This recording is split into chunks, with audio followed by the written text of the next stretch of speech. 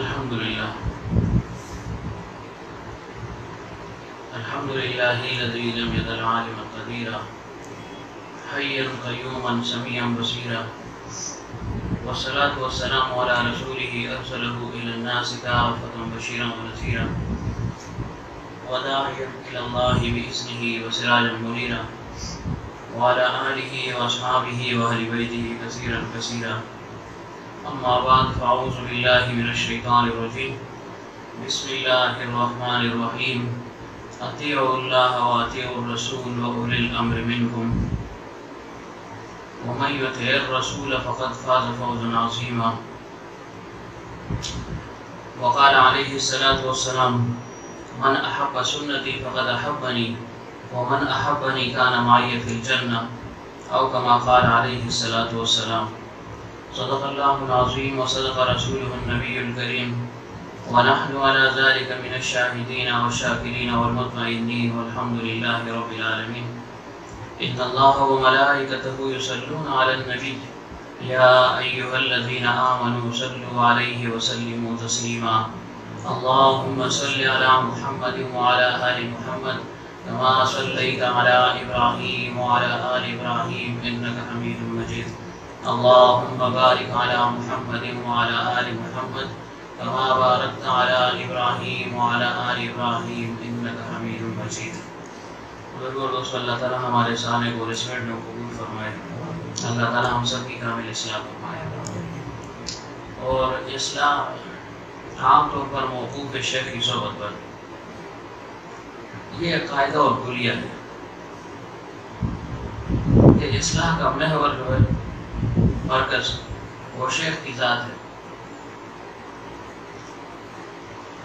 شیخ کے بغیر، رہنما کے بغیر، کسی رہبر کے بغیر اصلاح کا ہو جانا ناممکن ہے. جتنے بھی مشائخ گزرے ہیں، بلکہ جتنی امتیں بھی گزری ہیں، جتنے لوگ ان میں آئے ہیں، ہر ایک نے اپنے وقت میں صلحاء کی صحبت اٹھائی ہے. سب سے بڑے مصلح تو ہر وقت کے ہر امت کے وہ پیغمبر تھے، اور پھر پیغمبر صلی اللہ علیہ وسلم نے اس امت کے لیے اللہ تعالیٰ نے مبعوث فرما دیا. اور پھر پیغمبر صلی اللہ علیہ وسلم نے اپنے جانے کے بعد ایک کلیہ بھی بتا دیا، قاعدہ بھی بتا دیا کہ میرے جانے کے بعد پھر تم نے اپنی اصلاح تو کرنی ہے، اور اصلاح کا عمل قیامت تک جاری و ساری رہے گا.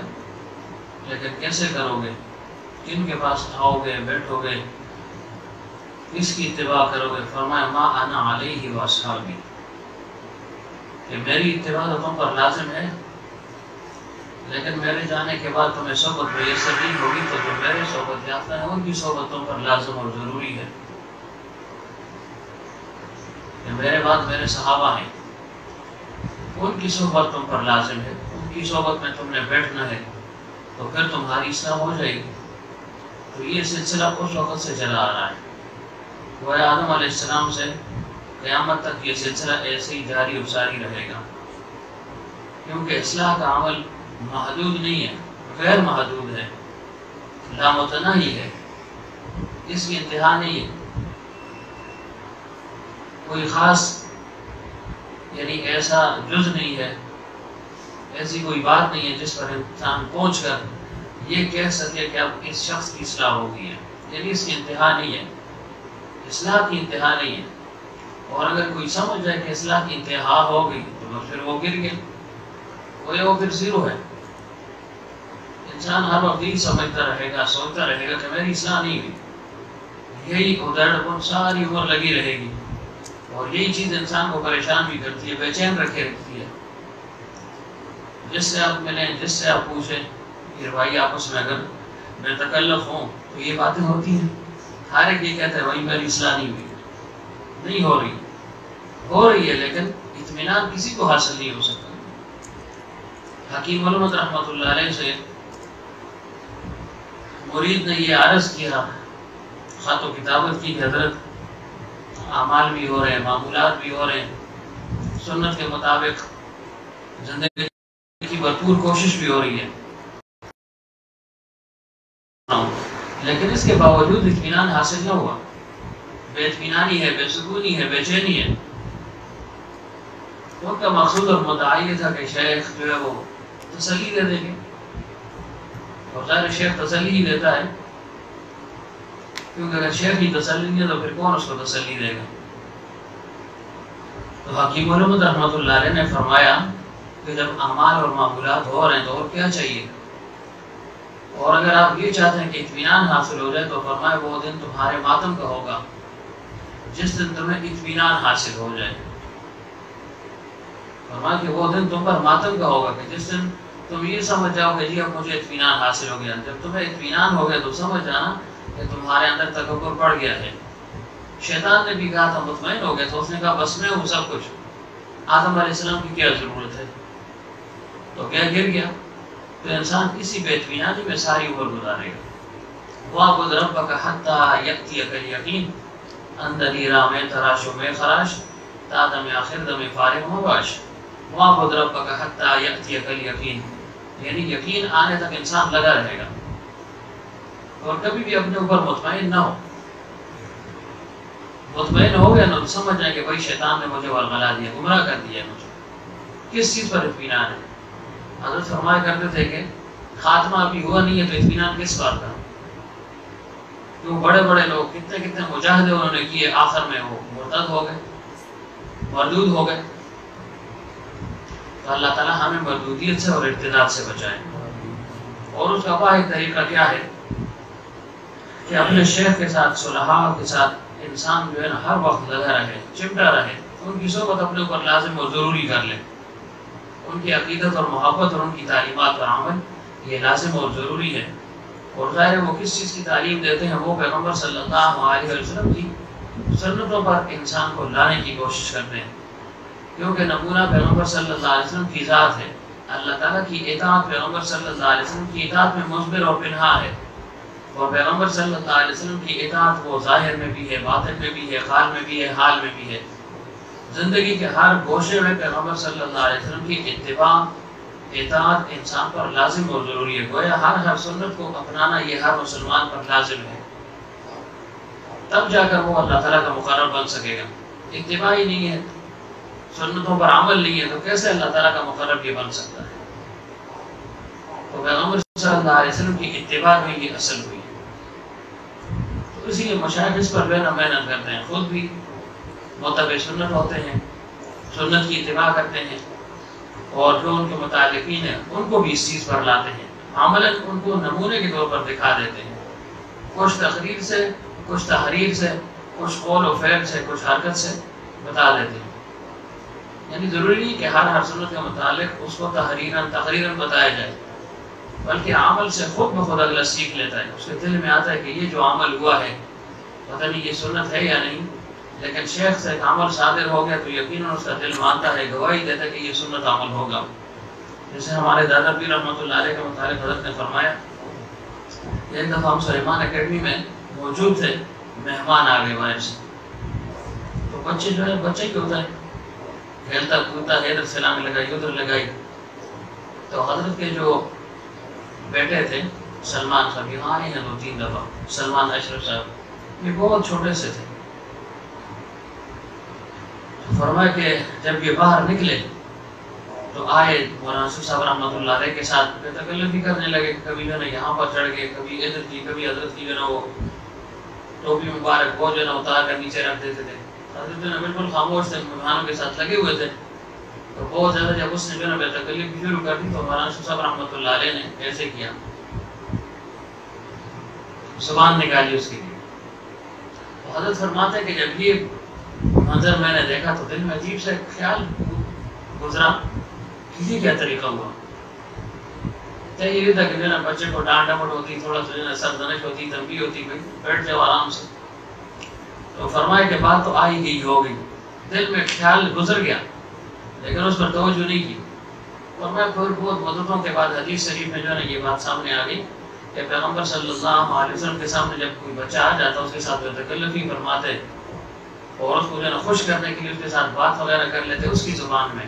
اور پھر فرمایا کہ ایک صحابی کے ایک بچے کو ان کے سامنے لایا گیا تو پیغمبر صلی اللہ علیہ وسلم نے عذرائے شفقت اس کے سامنے جو ہے نا اپنی زبان مبارک کیسے نکالا تھا.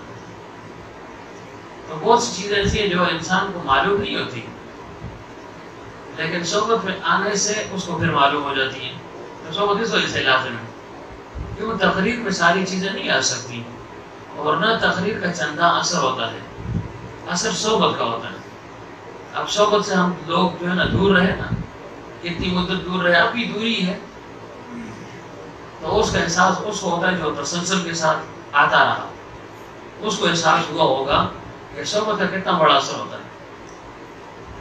یہ ایسے کہنے سے معلوم نہیں ہوتا. یہ چونکہ عملی چیز ہے تو عملاً ایک چیز انسان چھوڑ دے چھوٹ جائے اس سے پھر اس کو اندازہ ہوتا ہے کہ واقعی اس کی کیا اہمیت اور کیا حیثیت ہے. اس وجہ سے کہا جاتا ہے اپنے اوپر صحبت کو لازم کر لو. باقی باتیں یہ تو جو ہے نا کتابیں بھری ہوئی ہیں سب کچھ جو ہے نا ہم نے پڑھا ہے لکھا ہے اور لکھتے رہیں گے لوگ اور پڑھتے رہیں گے آپ لیکن صرف اس سے کام نہیں ہوگا. کام جو ہے نا وہ صحبت سے ہوگا. صحبت سے تو مشائخ کی وجہ سے بن جاتے ہیں نا. عام آدمی ہوتے ہیں اللہ والوں کی صحبت میں جاتے ہیں بہت بڑا آدمی بن جاتے ہیں تو لوگ حیران ہوتے ہیں کہ کہاں سے پڑھا کس مدرسے سے فارغ ہے. اسے یہ پتہ نہیں ہے کہ یہ شیلائی کے مدرسے سے فارغ ہے. اللہ والوں کے مدرسوں سے یہ فارغ ہو چکا ہے. یعنی اس کی توہین مقصود نہیں ہے لیکن مقصود یہ کہ اصل اصلاح کے لیے صحبت لازم اور ضروری ہے نا. ایک شخص صحبت میں ہو نا تو آئندہ وہ کسی کی تربیت کیسے کرے گا. تربیت کے لیے کم از کم صحبت لازم اور ضروری ہے. تربیت قال سے نہیں ہو سکتی تربیت صحبت سے ہوتی ہے. خود ایک شخص صحبت میں آتا ہے اس کی تربیت ہوتی ہے پھر وہ آگے اللہ تعالیٰ اگر اس کو وہ مقام دے دے ایک مقام پر وہ فائز ہو جائے ایک منصب اس کو مل گیا پھر وہ دوسروں کی اصلاح کر سکتا ہے. ایک شخص باپ بن ہی نہیں تو وہ جو ہے نا کسی کی تربیت کیا کرے گا. باپ بن گیا اسے پتہ ہے بچوں کی تربیت کیسے ہوگی. جب وہ بچوں کی تربیت کرے گا تو کوئی بچہ آگے پھر جو ہے نا اپنے بچوں کی تربیت کر سکے گا کیونکہ وہ تربیت کے دور سے گزر گیا ہے. جب گزر گیا تو دوسروں کی تربیت کر سکے گا. تو اپنے اوپر صحبت جو ہے یہ لازم کر لیں.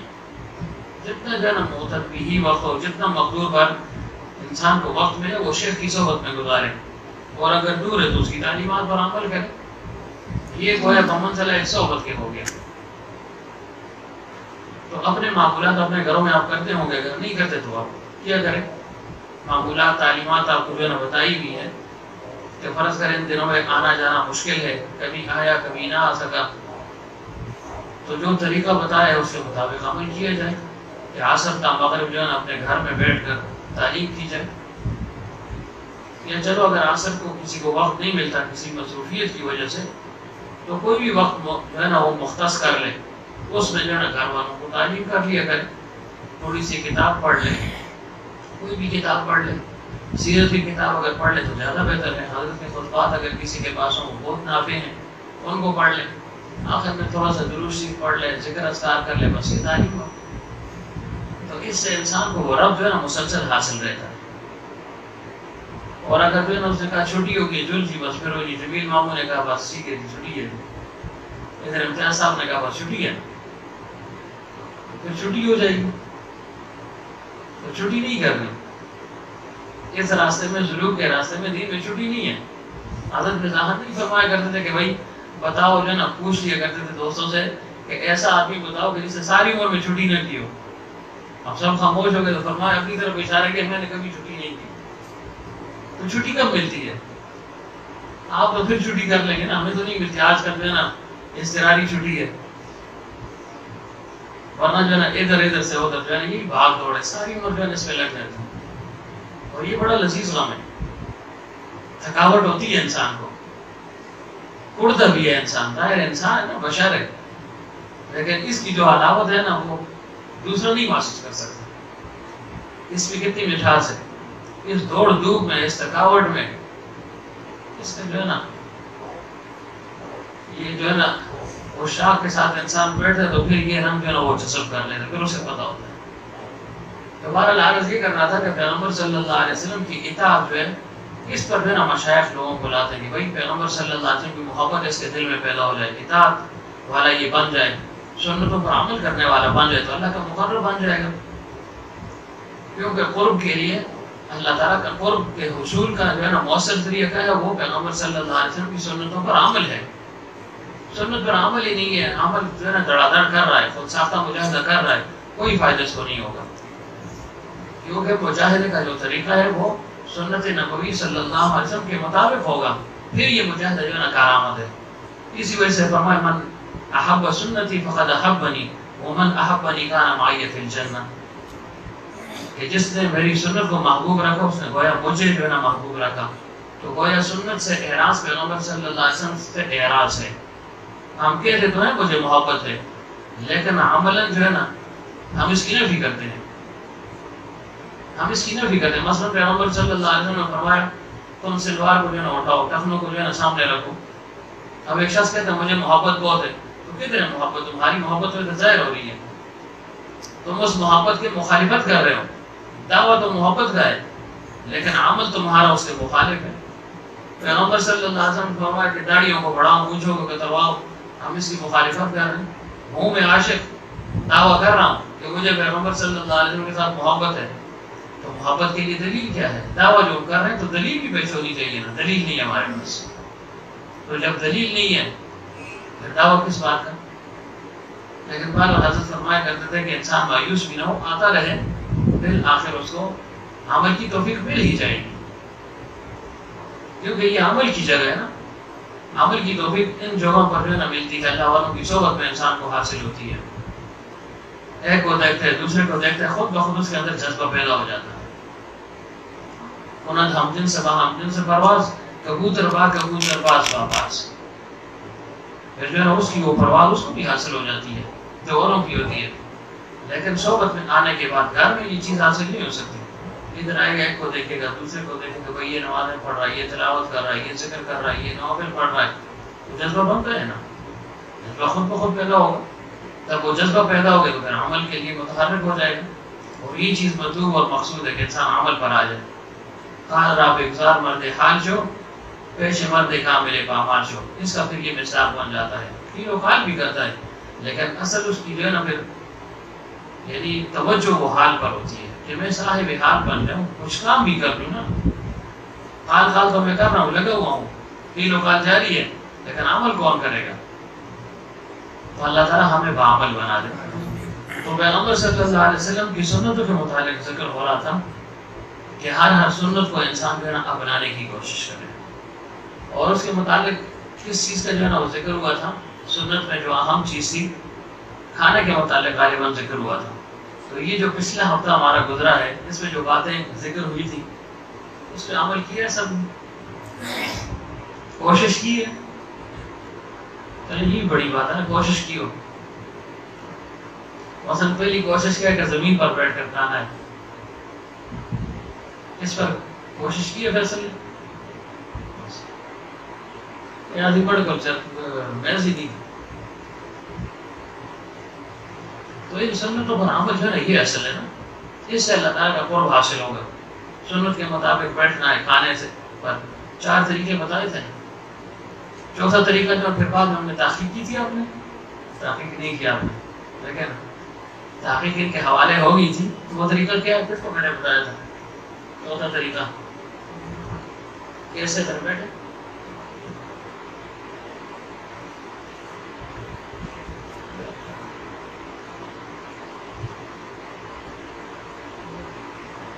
چوتھا طریقہ کہ پیغمبر صلی اللہ علیہ وسلم کا جسم مبارک یہ نچلا دھڑ یہ زمین پر لگتا تھا، اور بائیں پاؤں کی تلوی جو ہے یہ دائیں پاؤں کی پشت سے لگتی تھی۔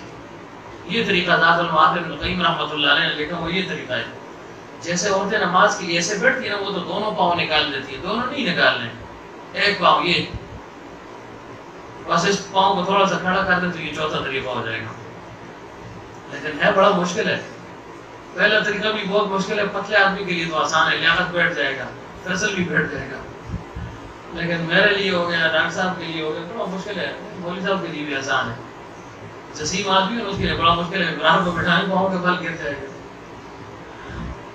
تو بہرحال میں نے پہلے دن چاروں پر عمل کیا تھا، پہلے دن میں نے کہا چلو تھوڑا سا جو ہے نا پاؤں کے بل بیٹھ گیا، نمک چکھ لیا، یہ ابتدا ہے نا، کہ نمک چکھنا یہ بھی ایک مسنون عمل ہے.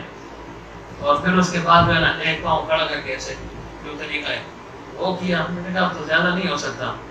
پھر جو ہے نا وہ ایک اور طریقے ایسے یعنی جیسے بعض وقت آپ نے بچوں کو دیکھا ہوگا نا یا بڑوں کو جن کو جلدی ہوتی ہے تحیات میں پورے بیٹھتے نہیں ایسے پاؤں کو کھڑا کر کے اس کے اوپر بیٹھ جاتے ہیں. ایک طریقہ یہ ہے. تیسرا اور چوتھا طریقہ تحیات والا ہے کہ دونوں پاؤں کے اوپر جو ہے نا یہ جسم جو ہے نا آ جائے. اور پانچواں طریقہ پھر یہ والا ہے. ایک دن تو پانچوں پر عمل کیا, اس کے بعد جو ہے نا صرف چکھنے کے لیے جو ہے نا پاؤں کے بل بیٹھ جاتا ہوں اور اس کے بعد ایک پاؤں کھڑا کر کے پھر ایسے بیٹھ جاتا ہوں. اس کا جواب ہے لیکن بغیر شدت ضرورت کے. بدر الدین اہلی رحمۃ اللہ علیہ فرماتے ہیں ابن حجر فرمایا کہ یہ جو ہے نا خلاف سنت عمل ہے. کوشش انسان بہرحال انسان کرے, کوشش کرے تو ہو جائے گا نا. میں نے اتنی کوشش بھی نہیں کی, پتہ نہیں آپ نے کی یا نہیں. تو ناظم صاحب آج جو ہے نا کوشش کریں گے اس وقت کہ میں نے جو ہے نا اس طرح سنت کے مطابق بیٹھ کر کھانا کھانا ہے. تو اللہ تعالیٰ جو ہے نا سنتوں کو ہماری زندگی میں اجاگر فرمائے. یہ اصل چیز ہے نا, اس سے اللہ تعالیٰ کا قرب حاصل ہوگا. اللہ والوں کو اتنا قرب کس وجہ سے حاصل ہو جاتا ہے؟ اللہ تعالیٰ کا ذکر تو کرتے ہیں, وہ تو ہے ہی ہے. ساتھ پیغمبر صلی اللہ علیہ وسلم کی ہر سنت کو اپنانے کی کوشش کرتے ہیں. ہم چند جو ہے نا سنتوں کو اپنا لیتے ہیں, باقی ہم سے رہ جاتی ہیں. اور اس وجہ سے کوئی کہتا ہے یہ غیر ضروری ہے, کوئی کہتا ہے یہ ضروری ہے, کوئی کہتا ہے جو ہے نا یہ زائد چیز ہے, یہ باعث ثواب ہے, باعث عذاب نہیں ہے. مختلف چیزیں جو ہے نا لوگ فتنے جو ہے نا بہت آگے ہیں. پیغمبر صلی اللہ علیہ وسلم کی سنتوں کو مٹانے کی کوشش ہو رہی ہے نا, محدود کر دیا بس. صرف جو ہے نا نماز, روزہ, زکوٰۃ, حج میں جو ہے نا اس میں سنن کو محدود کر دیا بس. حالانکہ جو محبت کرنے والا ہوتا ہے تو وہ ہر ادا کو اپنانے کی کوشش کرتا ہے. اور صحابہ نے یہ چیز بدلا دی ہے, ورنہ پیغمبر صلی اللہ علیہ وسلم نے ان چیزوں کو ذکر کس لیے کیا؟ مقصود یہی تھا کہ میرے امتی اس پر عمل کریں نا, ورنہ پھر ضرورت ہی کیا تھی بیان کرنے کی؟ اب فرمائے کہ 3 جو ہے نا انگلیوں سے کھانا کھاؤ, کیا ضرورت ہے؟ فرماتے بس کھانا کھاؤ. تو معلوم ہو کہ یہ اس لیے کہ بھائی تم ان پر جو ہے نا عمل کرو, میری اس سنت پر عمل کرو تاکہ تمہیں اللہ تعالیٰ کا قرب حاصل ہو جائے. اور فرمائے 3 انگلیوں کے ساتھ کھاؤ, 1 انگلی کے ساتھ مت کھاؤ, فرمائے اس کے ساتھ شیطان کھاتا ہے. 2 انگلیوں کے ساتھ بھی مت کھاؤ, اس سے متکبرین کھاتے ہیں. جو متکبر آدمی وہ 2 انگلیوں کے ساتھ کھاتا ہے. کیا مطلب 2 انگلیوں؟ چمچہ 2 انگلیاں بھی چاہتے ہیں. کھانا تو 2 انگلی میں مشکل ہے نا, وہ چمچے کی استعمال کرے گا. گو کہ ممکن ہے فی نفسہ ہی اس کا جواز کا فتویٰ دیتے ہوں, لیکن سنت تو پھر بھی نہیں ہے نا. اور 3 سے کھانا فرمائے یہ انبیاء کی سنت ہے اور صلحاء کا طریقہ ہے, اسلاف کا یہ طریقہ ہے کہ 3 انگلیوں کے ساتھ جو ہے نا کھانا کھائے انسان. تو ان سنت پر ہم عمل کریں گے نا. یہ نہ ہو کہ جو ہے نا کوئی محفل ایسی آ گئی پھر وہاں پر انسان جو ہے نا دل دھڑکتا رہے, کیا کر جو ہے نا اپنے چمچے کی جگہ انگلیوں سے کھاؤ گا تو لوگ کہیں گے دیکھو یہ کتنا جو ہے نا پرانا آدمی ہے, دقیانوسی ذہن کا ہے. سنت پر عمل کرنے والے کو دقیانوسی ذہنیت والا کہا جاتا ہے. وہ ذاکر ابھی جو ہے نا پیچھے بیٹھے ہوئے مارواڑے میں ہم رہا کرتے تھے, تو یہ پانچے اس وقت سے جو ہے نا اٹھانے کی عادت ہمیں ڈلوا دی تھی, بہت پرانی, ابھی کی نہیں ہے, پرانی ہے. تو وہاں پہ جو ہے نا پڑوس میں ایک آدمی تھے, بڑے آدمی تھے دنیا کے لحاظ سے. تو کبھی میں ان سے کہہ رہا تھا خصوصاً نماز میں کہ جی یہ پانچے تھوڑا اٹھا لیں, تو وہ کہتا لوگ چنک پہنچ گئے تھی پینچی کھولنا لگے دو کہ لوگ چاند تک پہنچ گئے اور تم ابھی جو ہے نا پانچی جو ہے نا کہہ رہے ہو اس کو کھجو جی اوپر کرو نیچے کرو. تو ظاہر حقارت دل میں پیدا ہوگی نا, اور ظاہر جب سنت کی حقارت دل میں پیدا ہوئی تو ایمان کہاں رہا؟ پھر تو ایمان ختم ہو گیا. شاہ عبدالعزیز محدثی رحمۃ اللہ علیہ کی تفسیر میں لکھتے ہیں کہ سنت کو ہلکا سمجھنے والا اللہ تعالیٰ اسے فرائض کی توفیق کو سلب فرما دیتا ہے, اور جب فرض کی توفیق سلب ہوگی تو آگے کبائر ہے, گناہ ہے نا. ایک شخص سنت کو, اس نے مستحب کو چھوڑ دیا, سنت کو چھوڑ دیا, واجبات کو چھوڑ دیا, فرائض کو چھوڑ دیا, پھر کیا رہا؟ پھر تو گناہ ہے نا. گناہوں کا مرتکب ہو گیا تو آخر میں ایمان پر ڈاکہ پڑ جائے گا. تو شیطان ایسے حملہ کرتا ہے, پہلے وہ انسان کے دل میں مستحبات کی یعنی اس کی یہ سمجھ لے کہ مستحبات سے انسان کا دل اچاٹ کرنے کی کوشش کرتا ہے. یہ کہتے ہیں بھائی یہ تو مستحب ہو, میں کیا ضرورت ہے؟ مستحب ضروری تو نہیں, اگر تم مستحب پر عمل نہ کرو پھر بھی مثلا تمہاری نماز ہو جائے گی نا. اچھا جی ٹھیک ہے جی, واقعی کی ضرورت نہیں ہے. اسے پتہ لگ گیا کہ یہ مستحبات سے اس کا دل جو ہے نا اٹھ گیا ہے, اب مستحبات میں دلچسپی نہیں لے رہا. اس کے بعد سنت پر عمل کرتا ہے, یعنی حملہ کرتا ہے. یہ چیز سنت کی تو ہے نا, واجب اور فرض تو نہیں ہے. اس کے بغیر بھی تمہاری نماز یا وضو یا فلاں عمل ہو جائے گا.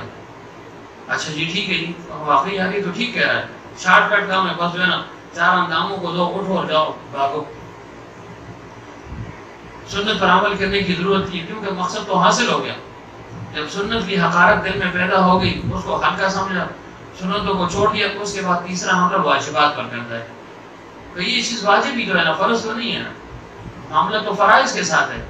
فرض کو ادا کرتے رہو گے تو تمہاری مسلمانی قائم رہے گی. واجب کو چھوڑ بھی دیا تو جو ہے نا مسلمان رہو گے, ایمان میں جو ہے نا اس میں ہلال آ جائے گا, لیکن پھر بھی جو ہے نا تم قائم رہو گے ایمان پر. اب جو ہے نا واجبات کی جو ہے نا توہین دل میں پیدا ہو گئی, اس کی وقت کم ہو گئی. جب سمجھ گیا وہ کہ اب اس نے 3 چیزیں چھوڑ دی, اس کے بعد فرائض پر حملہ کرتا ہے. اور جب فرائض پر حملہ کر دیا تو ظاہر ایک شخص نے مستحبات کو چھوڑ دیا, سنن کو چھوڑ دیا, واجبات کو چھوڑ دیا. فرائض کی اہمیت کب دل میں پھر جگہ لیتی ہے, پھر فرائض سے بھی اس کا دل اچاٹ ہو جاتا ہے. جب فرائض پر حملہ کر لیتا ہے انسان, فرائض سے رہ گیا, پھر آگے ایمان رہ گیا, پھر ایمان پر حملہ کر لیتا ہے یا عقائد پر حملہ کر لیتا ہے, اور پھر اس کے بعد ایمان پر حملہ کر کے انسان کو گمراہ کر دیتا ہے, مرتد کر دیتا ہے, بے ایمان کر دیتا ہے. تو انسان اپنے ایمان کے تحفظ کے لیے مستحبات کا بھی اہتمام کرے گا. حضرت فرماتے تھے کہ بس یہ ایک پنجرا ہے, جیسے پنجرے میں اندر جو ہے نا طوطی بند ہو, آپ کوئی کیجی پنجرے میں باندھے, باہر کی جو ہے نا گیٹوں کی کیا ضرورت ہے, جو ہے نا دروازوں کی کیا ضرورت ہے بند کرنے کی, نہیں چھوڑ دیں. نہیں, یہ دروازے کھولے ہوں گے تو اس طرف جو ہے نا چور پہنچ جائے گا, یا پرندوں کو کھانے والے جو حشرات ہیں درندے یہ پہنچ جائیں گے اس طرف, تو اس کو جو ہے نا اچک لیں گے. تو فرمایا ان کی حفاظت کے لیے جو ہے نا یہ چیزیں ہیں کہ ایمان کی حفاظت کے لیے عقائد ہیں, فرائض ہیں, واجبات ہیں, سنن ہیں, مستحبات ہیں. ان کی تعمیل کرے گا تو تب جا کر جو ہے نا ایمان محفوظ رہے گا, ورنہ جو ہے نا براہ راست انسان اپنے ایمان کو کب محفوظ رکھ سکتا ہے. مبارک پیغمبر صلی اللہ علیہ وسلم کی ہر سنت کو اپنانے کی کوشش کرے گا, اور لوگوں سے جو ہے نا ڈرے گا نہیں, لوگوں سے خائف بھی نہیں ہوگا, شرمندگی بھی محسوس نہ کرے. ہم تو شرمندگی محسوس کرتے ہیں نا, یار اس پر عمل کر رہا ہوں, پتہ نہیں لوگ کس نگاہ سے دیکھ رہے ہوں گے, لوگ کیا سمجھ رہے ہوں گے, لوگ کیا سوچ رہے ہوں گے. ہمیں لوگوں سے جو ہے نا کیا سروکار ہے, اس سے سروکار نہیں ہونا چاہیے. معاملہ اللہ تعالیٰ کے ساتھ ہے, خالق کے ساتھ ہے, مخلوق کے ساتھ نہیں ہے. معاملہ خالق کے ساتھ ہے, لیکن ہم مخلوق کو دیکھتے ہیں کہ ہاں جی مخلوق کیا کہے گی, اس وقت جو ہے نا یہ ایک بدعت ہے یا یہ ایک رسم ہے, اس پر میں عمل نہیں کر رہا ہوں, لوگ کیا کہیں گے. مثلا شادی میں جو ہے نا تیسرا دن بھی ہوتا ہے, تیسرے دن میں بھی جانا ہے, سر تیسرا دن ہے جی اس کو جو ہے نا منانا ہے. اب یہ جو ہے نا اس کی مخالفت مشکل ہے نا. اب اس کی کوئی مخالفت کرے تو کمال والا آدمی ہے. لوگ تو برا والا کہیں گے, کب تک کہیں گے, 2-4 دن بعد باتیں کریں گے, بات ختم ہو جائے گی. لیکن ہم ان 2-4 دنوں کی باتوں کو برداشت ہی نہیں کر سکتے. ہم کہتے ہیں یار ساری عمر کا معاملہ ہے, ساری عمر کا کب ہے, بس 2-4 دن لوگ برا بھلا کہیں گے, یاد کریں گے, بات بھول جائیں گے. لیکن اس کے لیے جو ہم اللہ کو ناراض کر دیتے ہیں. اگر یہ دن کسی نے نہ منایا تو کیا ہے, کچھ نہیں ہوتا. غموں میں جو ہے نا ایسے ہی معاملات ہوتے ہیں کہ غموں پر جو ہے نا ہم اپنی رسوم کو ایسی ادا کرتے رہتے ہیں, لوگوں کے ڈر کی وجہ سے. لوگ بھی راضی نہیں ہوتے ہیں, اور جو بھی خدا ناراض ہو, خسر دنیا والا آخرہ. تو ایسا بھی کیا, سب کچھ برباد ہو گئے, لوگ بھی جو ہے نا وہ راضی نہ ہو سکے. ہر صحابہ کی شان ہونی چاہیے. ایک صحابیہ کے متعلق آتا ہے, ان کے خاوند فوت ہو گئے. 3 دن کے بعد انہوں نے کیا کیا کہ انہوں نے تازہ غسل وغیرہ کیا, اور کپڑے وغیرہ جو ہے نا وہ انہوں نے نئے پہن لیے, یعنی تازہ کپڑے پہن لیے. کسی نے کہا ابھی تو غم ہے. فرمایا مجھے بھی پتا ہے کہ وہ سوگ میں نے 4 مہینے 10 دن گزارنا ہے جو ملی عدت ہے, لیکن پیغمبر صلی اللہ علیہ وسلم نے فرمایا کہ جو ہے نا غم کے دن جو ہے نا 3 ہے بس, اس کے بعد اٹھ جایا کرو. یہ نہ کہ سارا دن جو ہے نا پھر 2 مہینے بیٹھ رہا ہو, اس کی کوئی جو ہے نا حیثیت نہیں ہے. پیغمبر صلی اللہ علیہ وسلم نے یہ تعلیم نہیں دی. فرمایا میں اس کی مخالفت کر رہی ہوں, خوشبو لگائی جلدی جلدی, تاکہ فرمایا یہ سنت جو ہے نا زندہ ہو جائے. ہم ان سنتوں کو کب جو ہے نا زندہ کرتے ہیں. ہم تو جو ہے نا بس جیسے جو ہے نا لوگوں نے کیے بس اسی طرف جو ہے نا چل پڑتے ہیں. پھر بعد میں پشیمانی ہوتی ہے, ندامت ہوتی ہے کہ کام تو برا کر لیے, لیکن بعد کی ندامت کا کیا فائدہ. تیر نکل جائے کمان سے, پھر کہ تیر واپس آنے کب آ سکتا ہے. موقع پر جو ہے نا انسان سوچے, غور و فکر کرے, اپنے اندر قوت اور برداشت پیدا کرے کہ میں نے یہ کام کرنا ہے, اس کا مقابلہ کرنا ہے. یہ نہ وہ جذبہ پیدا ہو ادھر سے جو ہے نا مخالفت شروع ہو گئی, اس کا جذبہ جو ہے نا ٹھڑا ہو گیا. یہ کوئی کمال نہیں. صحابہ ایسے تھے کہ وہ ڈٹ جایا کرتے تھے بس. تو اس وجہ سے اللہ تعالیٰ نے پھر اتنا اونچا مقام بھی عطا فرمایا. تو اللہ والے جو علماء ربانی نے وہ بھی ڈٹ جاتے ہیں، پھر اللہ تعالیٰ ان کو اونچا مقام عطا فرماتا ہے. پھر لوگ ان کی اقتدا بھی کرتے ہیں نا. اپنے ایک عمل کروں گی نا تو لوگ میری کیا اقتدا کریں گے؟ لوگ کہیں مارنے لگے تھے، آپ خود جو ہے نا کر رہا ہے، ہمیں کہہ رہا ہے مت کرو. اس کا کوئی اثر نہیں ہوتا. حکیم الوقت رحمۃ اللہ علیہ کے پاس ایک بچے کو لایا گیا کہ حضرت جو ہے نا یہ گڑ بہت کھاتا ہے، اس کو تلقین کریں، نصیحت کریں، کوئی دم کریں، تعویذ دے دیں. تو حکیم الوقت رحمۃ اللہ علیہ نے فرمایا اس عورت سے کہ کل اس بچے کو لانا، کل لے آنا، پھر میں اس کو کچھ دم درود تعویذ جو بھی ہوا کر لوں گا. وہ عورت بڑی خوش خوش گھر چلی گئی کہ شاید پیر صاحب نے کل بلایا کوئی خاص قسم کا تعویذ ہوگا. اب کل جب دوبارہ آئی، بیچاری 1-2 میل سفر کر کے آئی تھی، جب وہ پہنچ گئی تو حضرت نے فرمایا اس بچے سے کہ بیٹا ایسے کرو، گڑ نہ کھایا کرو، اچھا گڑ مخ ربیا. بس اتنی سی بات کہہ دی، ماسی کو جلو جائیں. بیچاری تو عورت تھی، اس جو وہ شفا ہوگی، اس نے کہا 2 میل کا سفر جو ہے نا کل کیا، آج کروایا، یہ تو جو ہے نا اچھی خاصی سزا مجھے مل گئی. تو اس نے کیا کہا؟ اس نے کہا حضرت اگر اتنی بات آپ نے کرنی تھی، میں تو سمجھی کوئی تعویذ دیں گے، آپ پانی دم کریں گے، بچے کو دم کریں گے، یہ معمولی سی بات تھی، کل کر لیتے نا. کل آپ نہیں کہہ سکتے تھے کہ گڑ مت کھاؤ، یہ کوئی بات ہے؟ تو حکیم الوقت رحمۃ اللہ علیہ نے فرمایا کل میں نے خود گڑ کھایا تھا، تو میں نے کہا آج اگر اس کو کہوں گا تو بات اثر نہیں کرے گی. فرمایا آج میں نے ارادہ کیا کہ میں نہیں کھاؤں گا. تو فرمایا میں نے دل میں یہ سوچا کہ اب اس کو بات کروں گا، اس کا اثر بھی اس بچے پر پڑے گا. تو انسان ایک عمل خود کرتا ہے نا، پھر دوسرے کو کہتا ہے، اس کا اثر بھی پھر پڑتا ہے. اللہ تعالیٰ یہ جذبہ ہمارے اندر پیدا کرنا ہے. یہ نہ کہ مخلوق کے ساتھ جو ہے نا بس رل مل کے جاؤ جو ٹھیک ہے. مخلوق کو خوش کرنا کیا ہوا؟ خوش نہیں ہوگی. یہ تجربہ ہم نے کیا ہے، مشاہدہ کیا ہے، کبھی خوش نہیں ہوگی. آپ جتنا بھی ان کو خوش کرنے کی کوشش کریں نا، ممکن ہی نہیں ہے. ظاہر ہے کہ پیغمبر صلی اللہ علیہ وسلم کی مخالفت ہو، اللہ کی مخالفت ہو، مخلوق کب جو ہے نا راضی ہو سکتی ہے؟ اس کا راضی کرنا جو ہے نا ناممکن ہے. بس اللہ تعالیٰ کو جو ہے نا راضی کرنا چاہیے. شرعی حدود کے اندر حقوق کی ادائیگی بھی لازم ہے. یہ نہ ہو کہ رہبانیت اختیار کر لے لیکن کا فقیر بھی نہ بنے. یعنی شرعی حدود کے اندر جو جس کا حق ہے اس کو ادا کرے، لیکن حدود سے باہر نہ نکلے. کیوں حدود سے باہر نکلے گا تو خود بھی جو ہے نا رسوا ہوگا، لوگوں کی نگاہوں میں بھی گر جائے گا. پیغمبر صلی اللہ علیہ وسلم نے فرمایا کہ جو میری سنتوں پر عمل کرتا ہے اللہ تعالیٰ اس کو غالباً کچھ اس طرح کا مفہوم ہے کہ 4 اعزاز عطا فرمائے گا. پہلا اعزاز کیا ہے کہ اللہ تعالیٰ نیک لوگوں کے دلوں میں اس کی محبت کو ڈال دے گا. جو نیک لوگ ہیں، سلیم الفطرت لوگ ہیں، ان کے دلوں میں اس کی محبت جو ہے نا پیدا ہو جائے گی کہ بھائی یہ شخص ہے نا متبع سنت ہے، یہ رواجوں کے پیچھے نہیں جا رہا، یہ مخلوق کی مخالفت کر رہا ہے. تو لوگوں کے دلوں میں اس کی محبت پیدا ہو جاتی ہے. اور فرمائے جو فساق اور فجار ہیں ان کے دلوں میں اس کی ہیبت بڑھ جاتی ہے. ہیبت کہ بھائی یہ آدمی تو مقابلے کے لیے کھڑا ہو گیا، یہ تو ہمارے رسم و رواج کے جو ہے نا مخالفت میں کھڑا ہو گیا ہے. تو فرمایا اللہ تعالیٰ ان کے دلوں میں رعب کو جو ہے نا ڈال دیتا ہے، ہیبت کو ڈال دیتا ہے. اور تیسرا فرمایا اللہ تعالیٰ اس کے رزق میں وسعت اور کوشش عطا فرما دیتا ہے. اور چوتھی بات غالباً وہ میں بھول گیا ہوں، فرمایا کہ یعنی اللہ تعالیٰ اس کو دین میں پختگی عطا فرما دیتا ہے. یعنی دین پر عمل کر رہا ہے، اللہ تعالیٰ مزید اس کو پختگی عطا فرما دیتا ہے. اب ہم نے دین کو چھوڑ دیا نا تو ہیبت تو پہلے سے دل میں پڑ گئی، تو کمزوری پیدا ہو جاتی ہے. کیوں؟ دین پر عمل نہ کرنے سے انسان کا دل کمزور ہو جاتا ہے.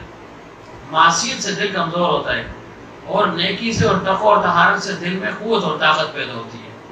تو ظاہر ایسی سنت ہے، سنت پر عمل کرے گا تو دین میں مزید پختگی اللہ تعالیٰ اس کو عطا فرما دے گا. آج ایک سنت پر عمل کیا، ڈٹ گیا، کل اللہ مزید اس کو توفیق دے گا، مزید یہ ڈٹ جائے گا. اور آج ایک سنت کو چھوڑا، کل دوسری کو چھوڑ دے گا، پرسوں تیسری کو چھوڑ دے گا. بس اسی طرح جو ہے نا پھر ختم ہو جائے گی. تو اس طرح میں کیا کریں، ہر ایک نا اپنے طور پر اس چیز کو خصوصیت کے ساتھ اس کو نمایاں کرے کہ بھئی میں جو ہے نا ایک نسبت ہے میری، ایک تعلق ہے میرا. ہر شخص یہ کوشش کرتا ہے کہ میری بات جو ہے نا وہ مانی جائے. تو بھائی آپ کو کیا ہو گیا ہے؟ آپ اپنی بات نہیں بنوا سکتے، آپ اپنی بات بنوائیں. اور پھر ہے بھی شرعی حدود کے اندر، تو پھر آپ کو کوئی برا بھلا کیوں کہے؟ لیکن وہ اس وجہ سے کہ ہماری کمزوری ہے نا، ہم جو ہے نا بس کہتے ہیں یار یہ خفا ہو جائے گا، بچہ خفا ہو جائے گا، بچی خفا ہو جائے گی، ماں خفا ہو جائے گی، بہن خفا ہو جائے گی، ایک ہی خوشی کا موقع ہے، بس اس ایک خوشی کی وجہ سے جو ہے نا سب کچھ جو ہے نا ختم ہو جاتا ہے. تو وہ ذکر اذکار تلاوت سب درا کا درا رہ گیا نا. تو نمونہ بننا چاہیے، نمونہ. مخالفت تو ہوگی، مخالفت کرنی ہے، مخالفت کو جھیلنا ہے. یہ عاطف علی بیٹھا ہوا ہے نا، اس کی شادی پتہ نہیں کون سی سن تھی، 2004. اب تو جو ہے نا ان کے جتنے بھی خاندان والے ہیں، سسرال ہیں یا جو بھی ہیں، سب جو ہے نا معتقد ہیں. اس وقت بھی تھے، کسی اور بزرگ کے ساتھ ان کا تعلق تھا، اب بھی ہے. تو یہ تازہ تازہ آئے تھے اس سے کہ انسان ڈٹ جائے نا، پھر سب جو ہے نا اس کے تابع ہو جاتے ہیں. اللہ تعالیٰ جو ایسے نامراد نہیں چھوڑتا کسی کو، لیکن ڈٹنے کی بات ہے. اب ان کی شادی تھی اس وقت جو ہے نا ہمارا جذبہ بھی اور قسم کا تھا، ان کا بھی اور قسم تھا.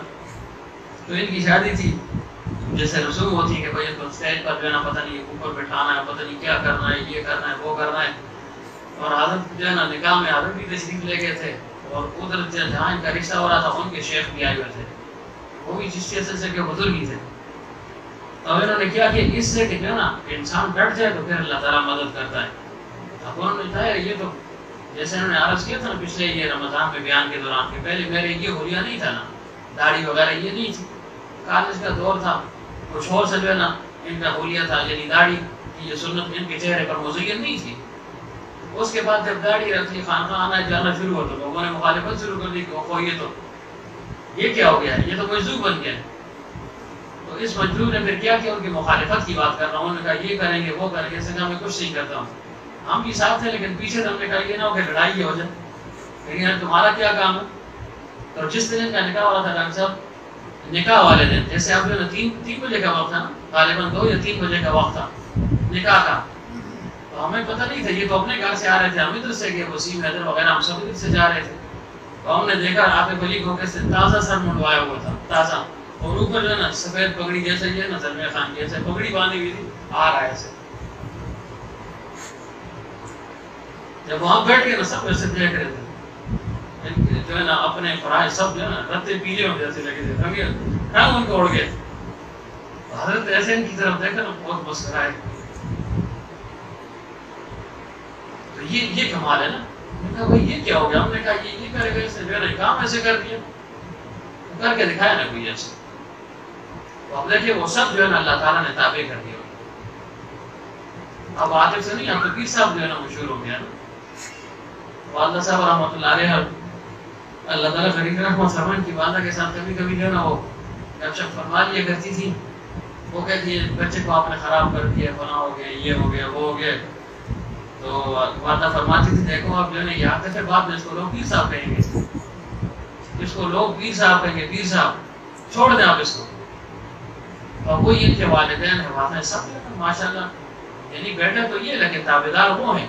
کس وجہ سے؟ دین کی عظمت کی وجہ سے، دین کو اپنانے کی وجہ سے، اس موقع پر جو ہے نا مخالفت کی وجہ سے. لا یخافون لومۃ لائم پر عمل کیا. اچھا کھانا انہوں نے جو ہمارے لیے الگ تیار کیا، انہیں پتا تھا کہ یہ جو ہے نا ادھر تو اور سب کچھ چل رہا تھا، جتنا کام ان کا تھا وہ انہوں نے کیا، جس میں ان کا ہاتھ نہیں پہنچ رہا تھا تو یہ معذور تھے. تو کھانا جو ہے نا الگ پکایا گیا، اسی کے گھر میں پکا تھا، ایسا ہی تھا. تو یہ چیزیں مشکل ہوتی ہیں، لیکن انسان مقابلہ کرے نا پھر آسان ہو جاتی ہیں. ہم مقابلہ ہی نہیں کرتے، ہم گر جاتے ہیں، یار بہت مشکل ہے، کون کرے گا. ویسے جو ہے نا اپنے آپ کو جو ہے نا رسوم اور رواج کے حوالے نہیں کرنا.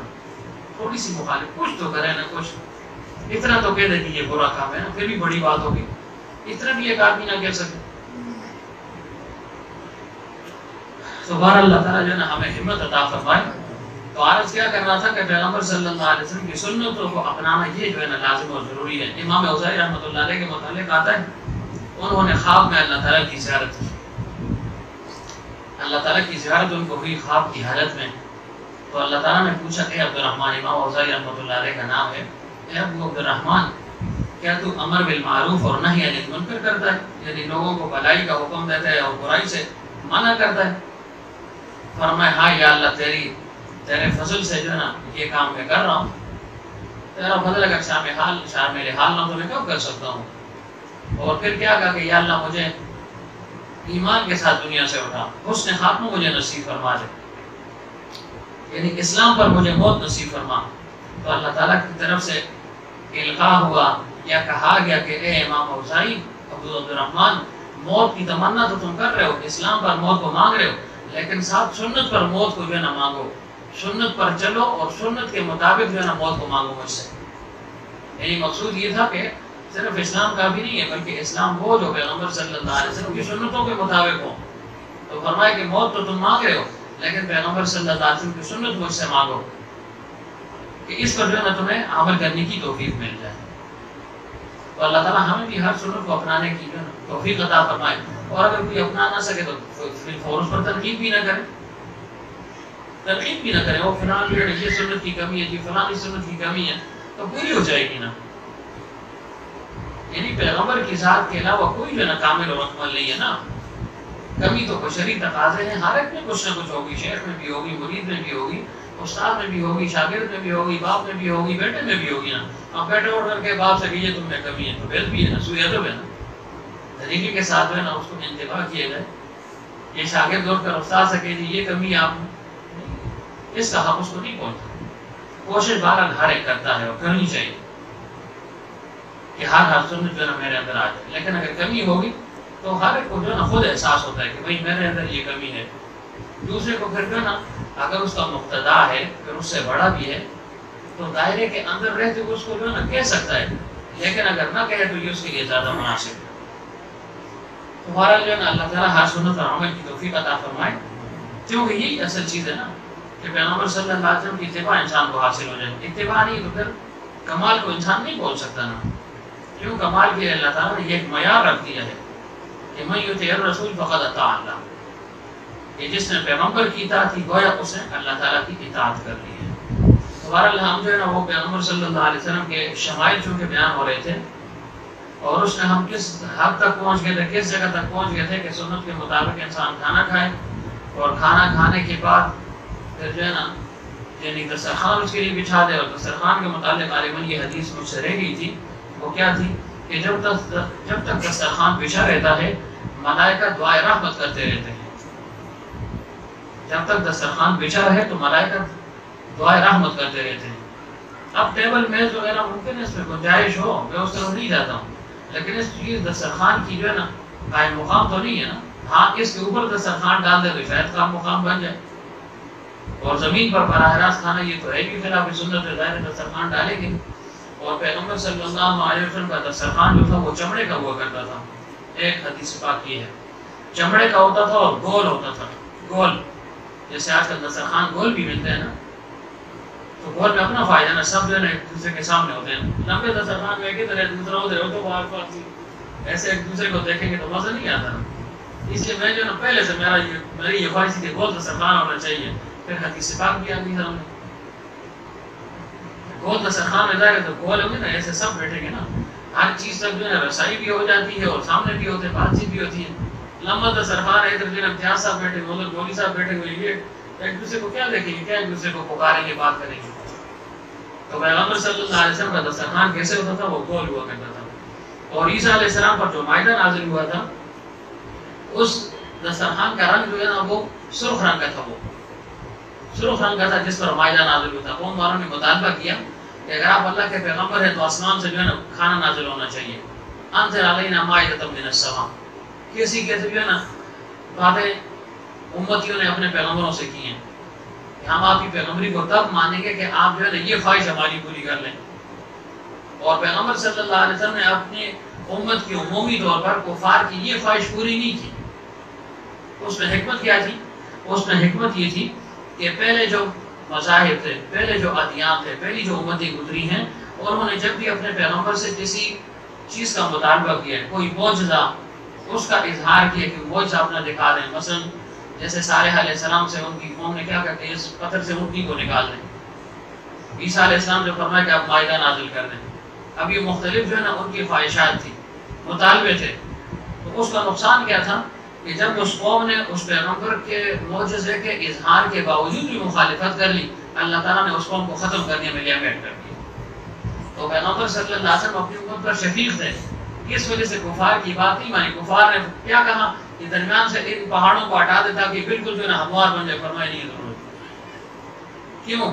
پتا تھا کہ یہ ماننے والے نہیں ہیں، مخالفت کریں گے، جب نہیں مانیں گے تو امت سب کی سب غرق ہو جائے گی. تو فرمایا میں امت کو جو ہے نا غرق کرنا نہیں چاہتا ہوں. تو بہرحال عرض یہ کر رہا تھا کہ پیغمبر صلی اللہ علیہ وسلم کا جو دسترخوان تھا وہ گول تھا اور چمڑے کا ہوا کرتا تھا.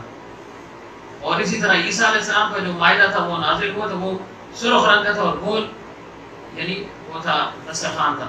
تو دسترخوان رکھنے کی آپ کی جو ہے نا گھر میں یہ نہ ہو کہ بس ایسے ہی کوئی چادر پکڑ لی اس کو ڈال دیا، کبھی تولیے کو نیچے ڈال دیا، نہیں، مستقل طور پر جو ہے نا دسترخوان کو رکھے گھروں میں. بہت سی چیزیں ہوتی ہیں دسترخوان کا بھی خاص اہتمام کریں. ایک سنت پر عمل کرنا ہے نا. اور مزید کیا بات جو ہے نا بیان ہوئی تھی، کچھ اور بات یاد ہے کہ دسترخوان پر جو ٹکڑے رہ جاتے ہیں چھوٹے چھوٹے ذرے، ان کو جو ہے نا اٹھا کر کھا لیں، نا کہ دینداری کی نظر کر لیں. اس کا فائدہ کیا ہوگا؟ فرمایا کہ اللہ تعالیٰ اس کی بخشش فرما دیتا ہے. کھا بھی رہا ہے، یہ جو ہے نا حرص کی علامت نہیں ہے، سنت پر عمل ہو رہا ہے. یہ جو ہے نا دسترخوان سے جو ہے نا کچھ ذرے رہ گئے، اس کو جو ہے نا ایسے ہاتھ کے ساتھ اٹھا دیا، کھا لیا. اور پیغمبر صلی اللہ علیہ وسلم خود جو ہے نا اس پر عمل کیا کرتے تھے. مزید کیا جو بیان ہوا تھا کہ آگے کیا تھا، کہاں تک ہم پہنچے، تو کوئی بات یاد ہے یا نہیں؟ آخری بات کیا ہے اس جی؟ ہاں جی، ہاں بالکل، کہ یہاں تک ہم پہنچ گئے تھے کہ انگلیاں جو ہے نا وہ چاٹنی ہے. طریقہ بھی بتا دیا تھا کہ پہلے جو ہے نا درمیان والی انگلی کو چاٹنا ہے، پھر ساتھ والی یہ شہادت کی انگلی، اور اس کے بعد انگوٹھا، ان تینوں کو. اور اس کے بعد اگر یہ لگی ہو ساتھ تو اس کو بھی چاٹ لے اور اس کو بھی چاٹ لے، اور 3 دفعہ چاٹے. 3 دفعہ پیغمبر صلی اللہ علیہ وسلم فرمائے کہ جو انگلیوں وغیرہ کو نہ چاٹے کھانے کے بعد، اور اگر کوئی موذی جانور اس کو جو ہے نا کاٹ دے تو وہ اپنے اوپر ملامت کرے، مجھے پھر ملامت نہ کرے. پھر ممکن ہے یعنی ہاتھ جو ہے نا گندے ہو، پہلے تو ہم دھو لیتے، بعد میں شاید کچھ دھوئیں اس ہفتے کے دوران، بعد میں بھی دھوئیں. اکثر بعد میں رہ جاتا ہے، اس لیے کہہ رہا ہوں بعد میں بھول جاتا ہے آدمی. تو ظاہر ہے کہ چکنائی اس کے ساتھ لگی ہوگی تو ممکن ہے کوئی چیز اس کو جو ہے نا کاٹ دے، چیونٹی کے ناکہ چڑھ جائے گی. ان کی جو ہے نا قوت شامہ تو بہت تیز ہوتی ہے. اسی طرح جو ہے نا اور کوئی چوہا وغیرہ اس کو کاٹ سکتا ہے. تو فرمایا ان چیزوں سے اپنے آپ کو بچانے کے لیے ان سنتوں پر جو ہے نا عمل کرنا ہے. اور ہاتھ جو ہے نا یہ لازمند ہونا ہے. اب تو اضطراری طور پر بلا رہے ہیں نا ڈاکٹر صاحب، تاکہ جو ہے نا ہم سنت کی جو ہے نا وہ تائید میں جو ہے نا یا سنت پر عمل کرتے ہوئے ہاتھوں کو دھو لیں. تو اسلام دیکھیں کیسے نظافت کا دین ہے، کیسی نظافت ہے اس میں، اس دین میں. آپ جو ہے نا سب کہہ رہے ہیں کہ بھائی ہاتھوں کو دو، منہ کو دو، فلاں کرو، یعنی صفائی اور جو ہے نا اس کا اہتمام کرو. اور پیغمبر صلی اللہ علیہ وسلم نے خود فرمایا الطہور شطر الایمان، کہ باقی جو ہے یہ ایمان کا حصہ ہے. اسی وجہ سے جو 5 وقت کی نماز پڑھتے تو اس کا جسم صاف ستھرا رہتا ہے نا. اور جو نہیں پڑھتا، جو 5 وقت کی نماز کا اہتمام نہیں کرتا، ویسے ہی کرتا رہتا ہے پھر سارا دن. ہاں ہفتے کے بعد شاید اس کو جو ہے توفیق مل جاتی ہو جمعے کی نماز کے لیے. اور بعض ایسے بھی ہوں گے جن کو جمعے کی توفیق بھی نہیں ملتی، شاید وہ عید پر نماز پڑھتے ہوں گے یا غسل وغیرہ کرتے ہوں گے، اہتمام کرتے ہوں گے. تو ان چیزوں کا جو ہے خاص طور پر اہتمام کرنا ہے. اور پھر اس کے بعد کہ دسترخوان پر بیٹھ جائیں تو فرمایا کہ اکٹھے کھایا کرو. قرآن پاک میں تو آیا ہے جمیعاً و اشتاتا، اکٹھے بھی کھا سکتے ہو، علیحدہ علیحدہ بھی کھا سکتے ہو.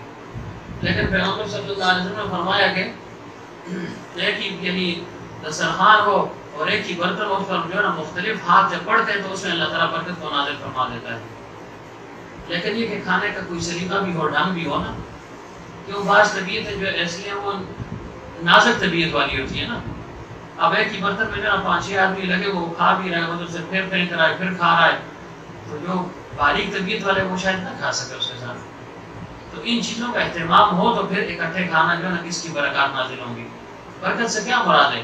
برکت سے مراد یہ ہے کہ وہ کھانا جس مقصد کے لیے کھایا جاتا ہے تاکہ زود ہضم ہو جائے، یعنی اس کا کچھ فائدہ مل جائے، خون اس سے بن جائے، یا نیکی پر جو ہے نا انسان کو قوت اور طاقت حاصل ہو جائے، یہ اس کھانے کی برکت ہے. یا ظاہری طور پر بھی برکت ہے کہ وہ کھانا جو ہے نا بڑھ جاتا ہے، وہ کھانا بڑھ جاتا ہے. ایسے بھی ہو سکتا ہے، لیکن اصل مقصود یہ کہ جو کھانے کا مقصد ہے کہ انسان کہتے ہیں اس سے مجھے قوت اور طاقت مل جائے، صحت مل جائے، یہ چیز جو ہے نا اس کو حاصل ہو جاتی ہے. اور پیغمبر صلی اللہ علیہ وسلم نے فرمایا کہ ایک کا کھانا 2 کے لیے پورا ہو جاتا ہے، 2 کا 3 کے لیے، 3 کا 4 کے لیے، 4 کا 8 کے لیے.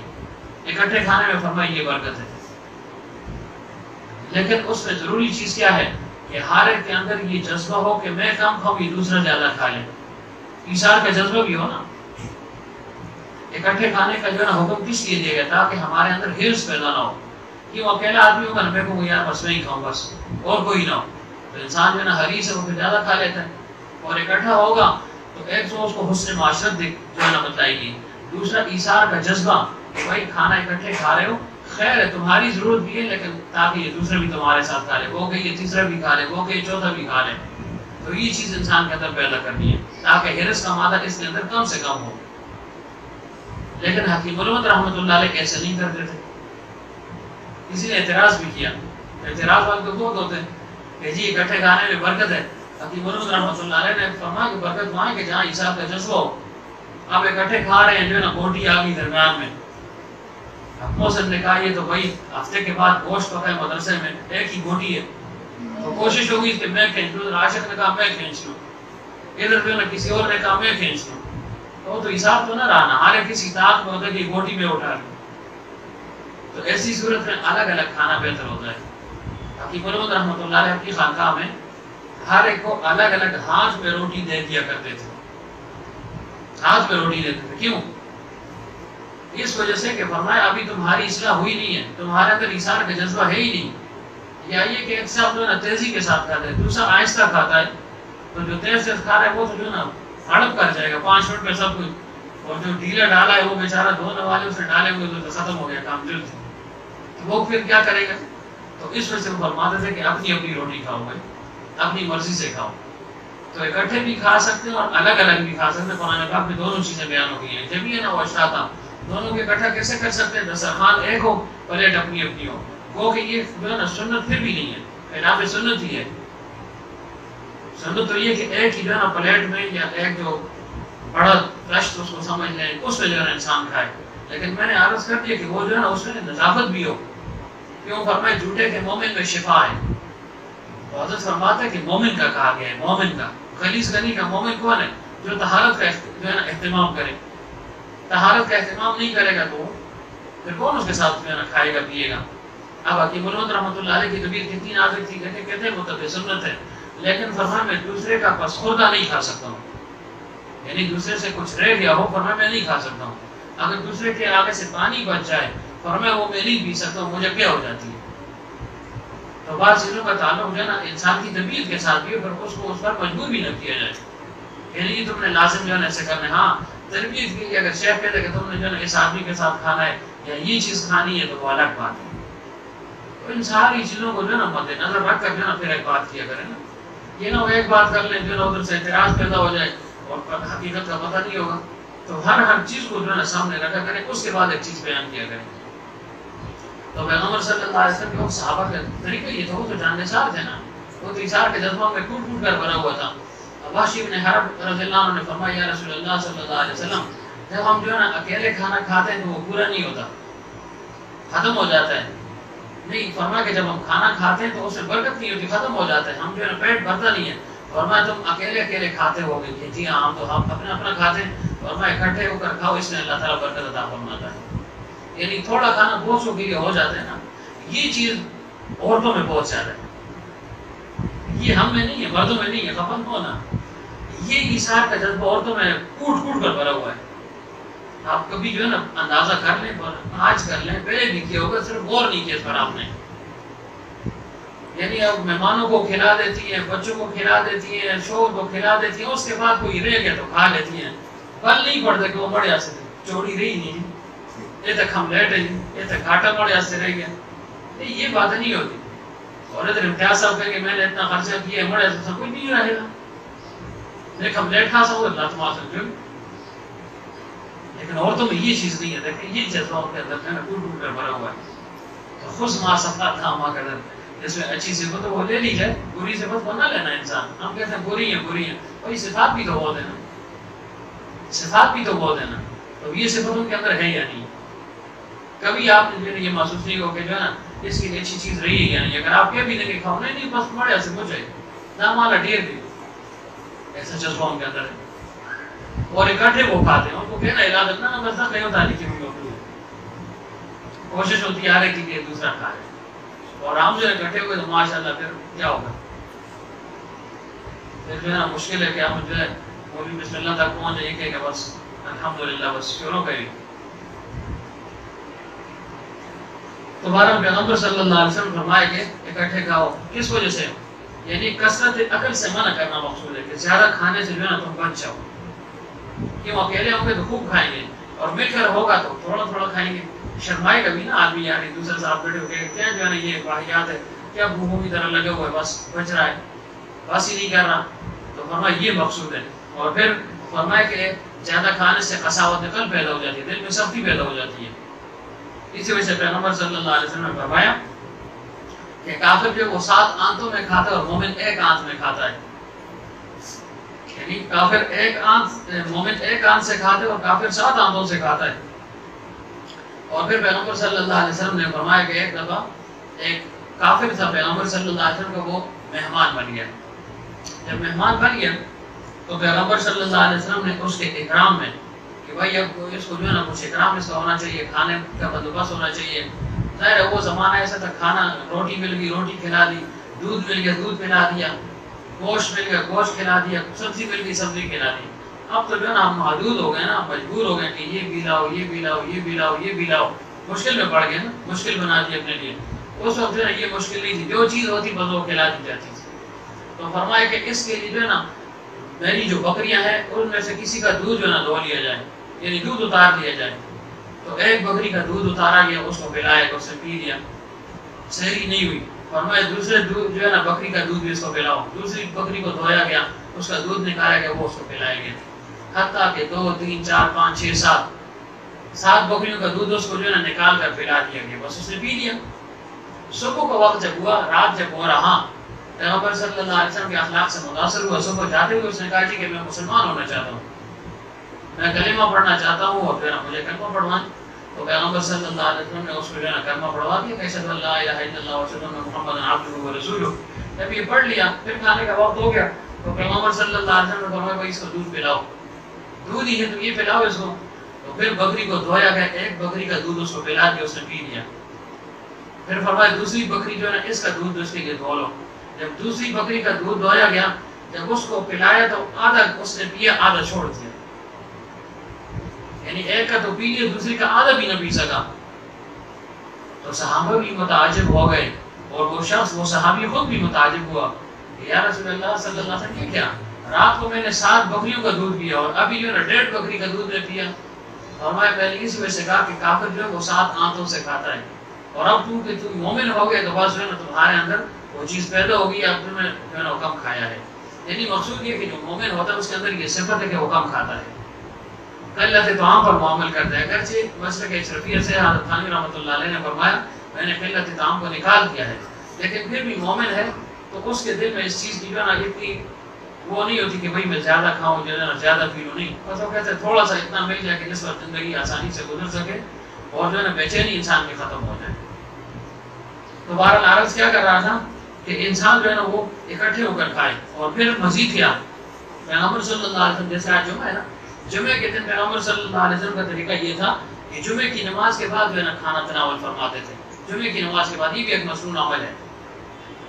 یہ کس وجہ سے کہ چونکہ جمعے کا وقت کم ہوتا ہے, تیاری کرنی ہوتی ہے, غسل وغیرہ کرنا ہوتا ہے, تو پیغمبر صلی اللہ علیہ وسلم اور صحابہ جب جمعے کی نماز ہو جاتی اس کے بعد جو ہے نا آ کر کھانا تناول فرما لیا کرتے تھے.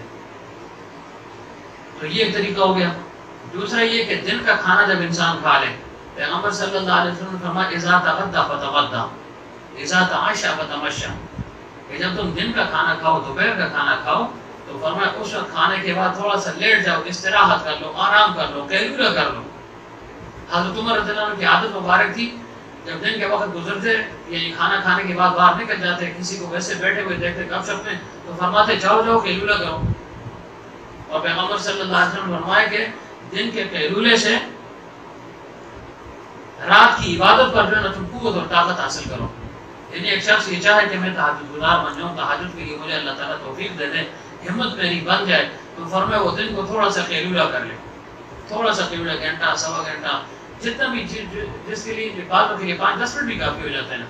حضرت رحمۃ اللہ علیہ بعض مدرسے تو دفتر سے واپس آتے لیٹ ہو جاتے, دیر سے پہنچتے, تو فرماتے, اور یہ قیلولے کی عادت جو ہے نا پکی عادت تھی, پکی, تو فرماتے بس میں 5 یا 10 منٹ جو ہے نا میں تھوڑا سا جو ہے نا آرام کرتے ہوں، کسی نے شور نہیں کرنا، بس بالکل سکون چھا جاتا، پھر بچوں کو روک دیا جاتا کہ جو ہے نا شور شرابہ نہیں کرنا، بس 10 منٹ کے بعد فرماتے ٹھیک ہے بس کام ہو گیا ہے۔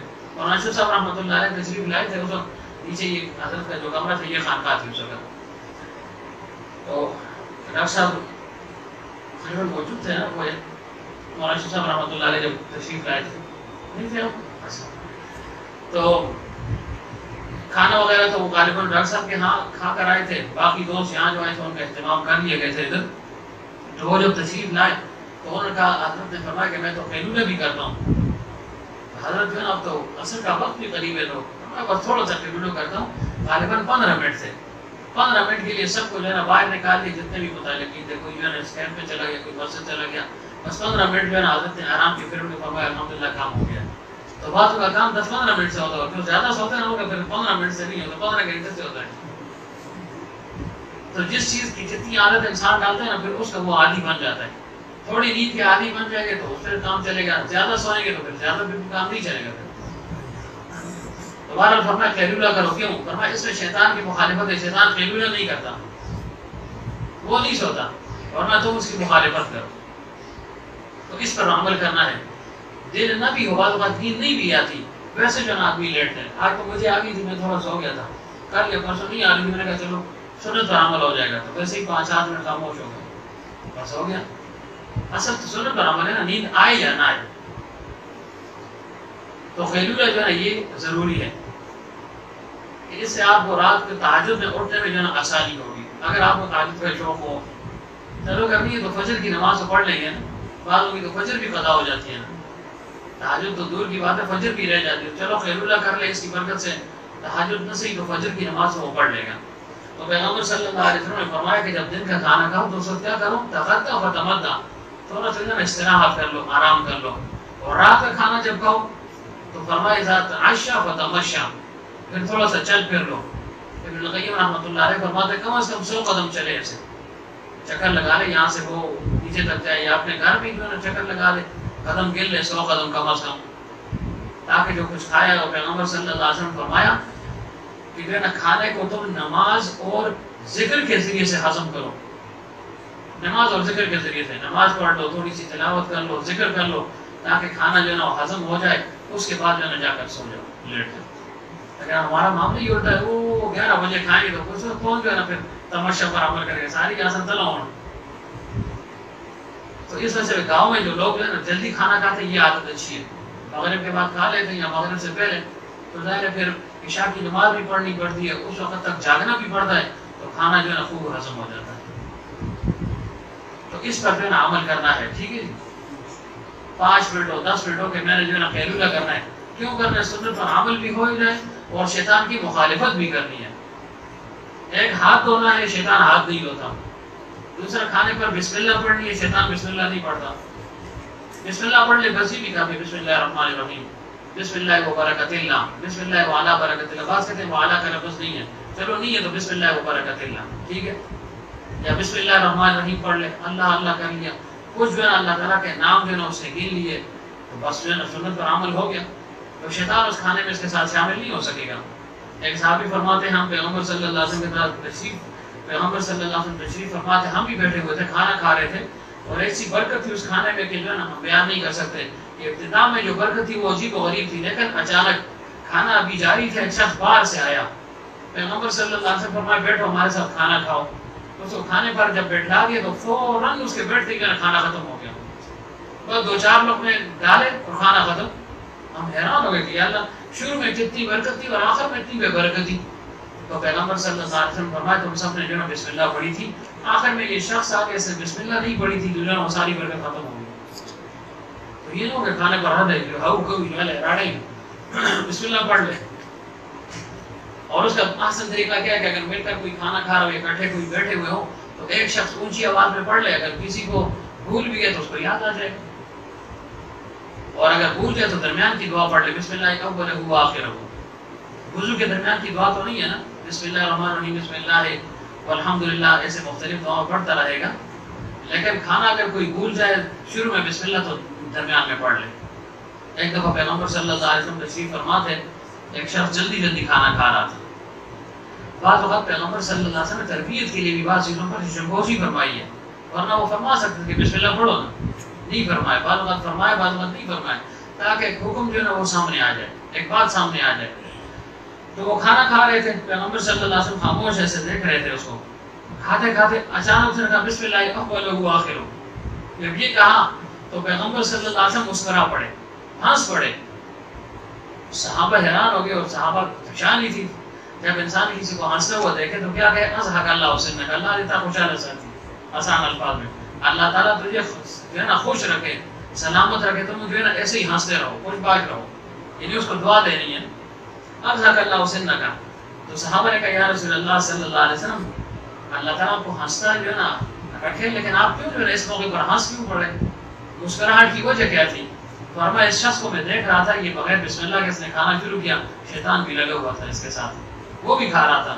اچانک اس کو یاد آئی کہ میں نے بسم اللہ نہیں پڑھی، جب اس نے بسم اللہ اول و آخر کو پڑھا تو اس نے جو کچھ کھایا تھا وہ اگل دیا، باہر پھینک دیا۔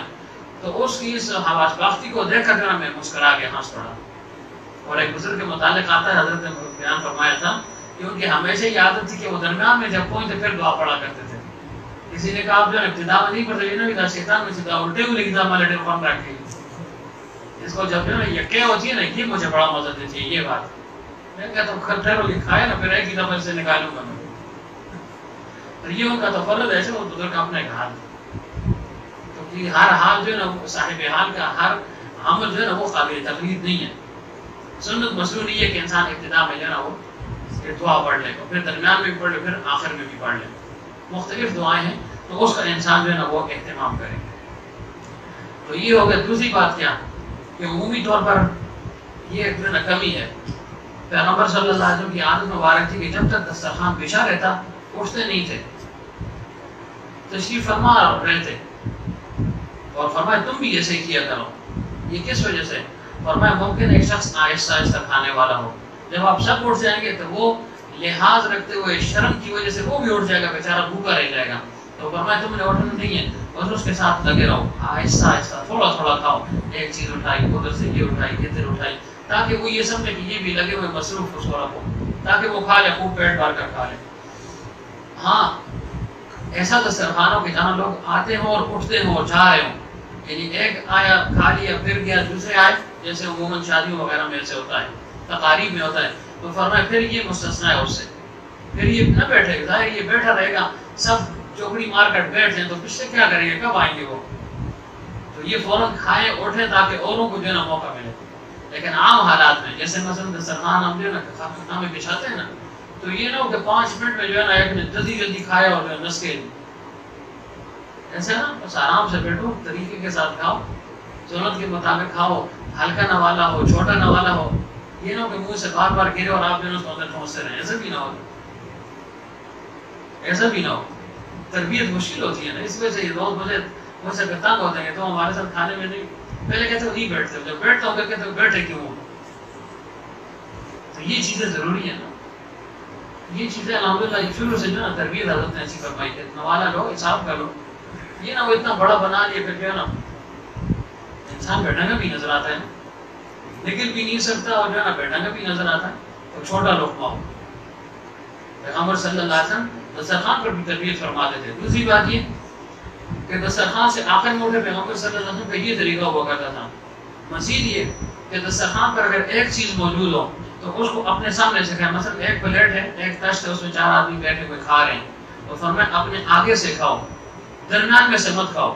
پیغمبر صلی اللہ علیہ وسلم فرمایا اللہ تعالیٰ کی رحمتیں کھانے کے بیچ میں اترتی ہے، لہٰذا بیچ میں جو ہے نا تم کھانا نہ کھاؤ، اپنی اپنی طرفوں سے کھاؤ، میں اس طرف سے کھا رہا ہوں، یہ اس طرف سے، یہ اس طرف سے، یہ اس طرف سے۔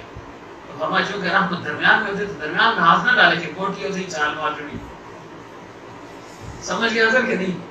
اپنی اپنی طرف سے کھانا ہے۔ حضرت اکراش رضی اللہ عنہ فرماتے کہ میں پیغمبر صلی اللہ علیہ وسلم کے ساتھ بیٹھا ہوا تھا، کھانا کھا رہا تھا، تو میرا ہاتھ پلیٹ کے چاروں طرف چل رہا تھا، چاروں طرف۔ تو پیغمبر صلی اللہ علیہ وسلم نے اپنے ہاتھ مبارک کے ساتھ، یہ سائر ہاتھ کے ساتھ، جس کو ہم بایاں ہاتھ کہتے ہیں، اس کے ساتھ میرے ہاتھ کو پکڑا اور فرمایا کہ اکراش کیا کر رہے ہو، ایک ہی تو کھانا ہے، ایک ہی جنس ہے، اپنے آگے سے کھاؤ۔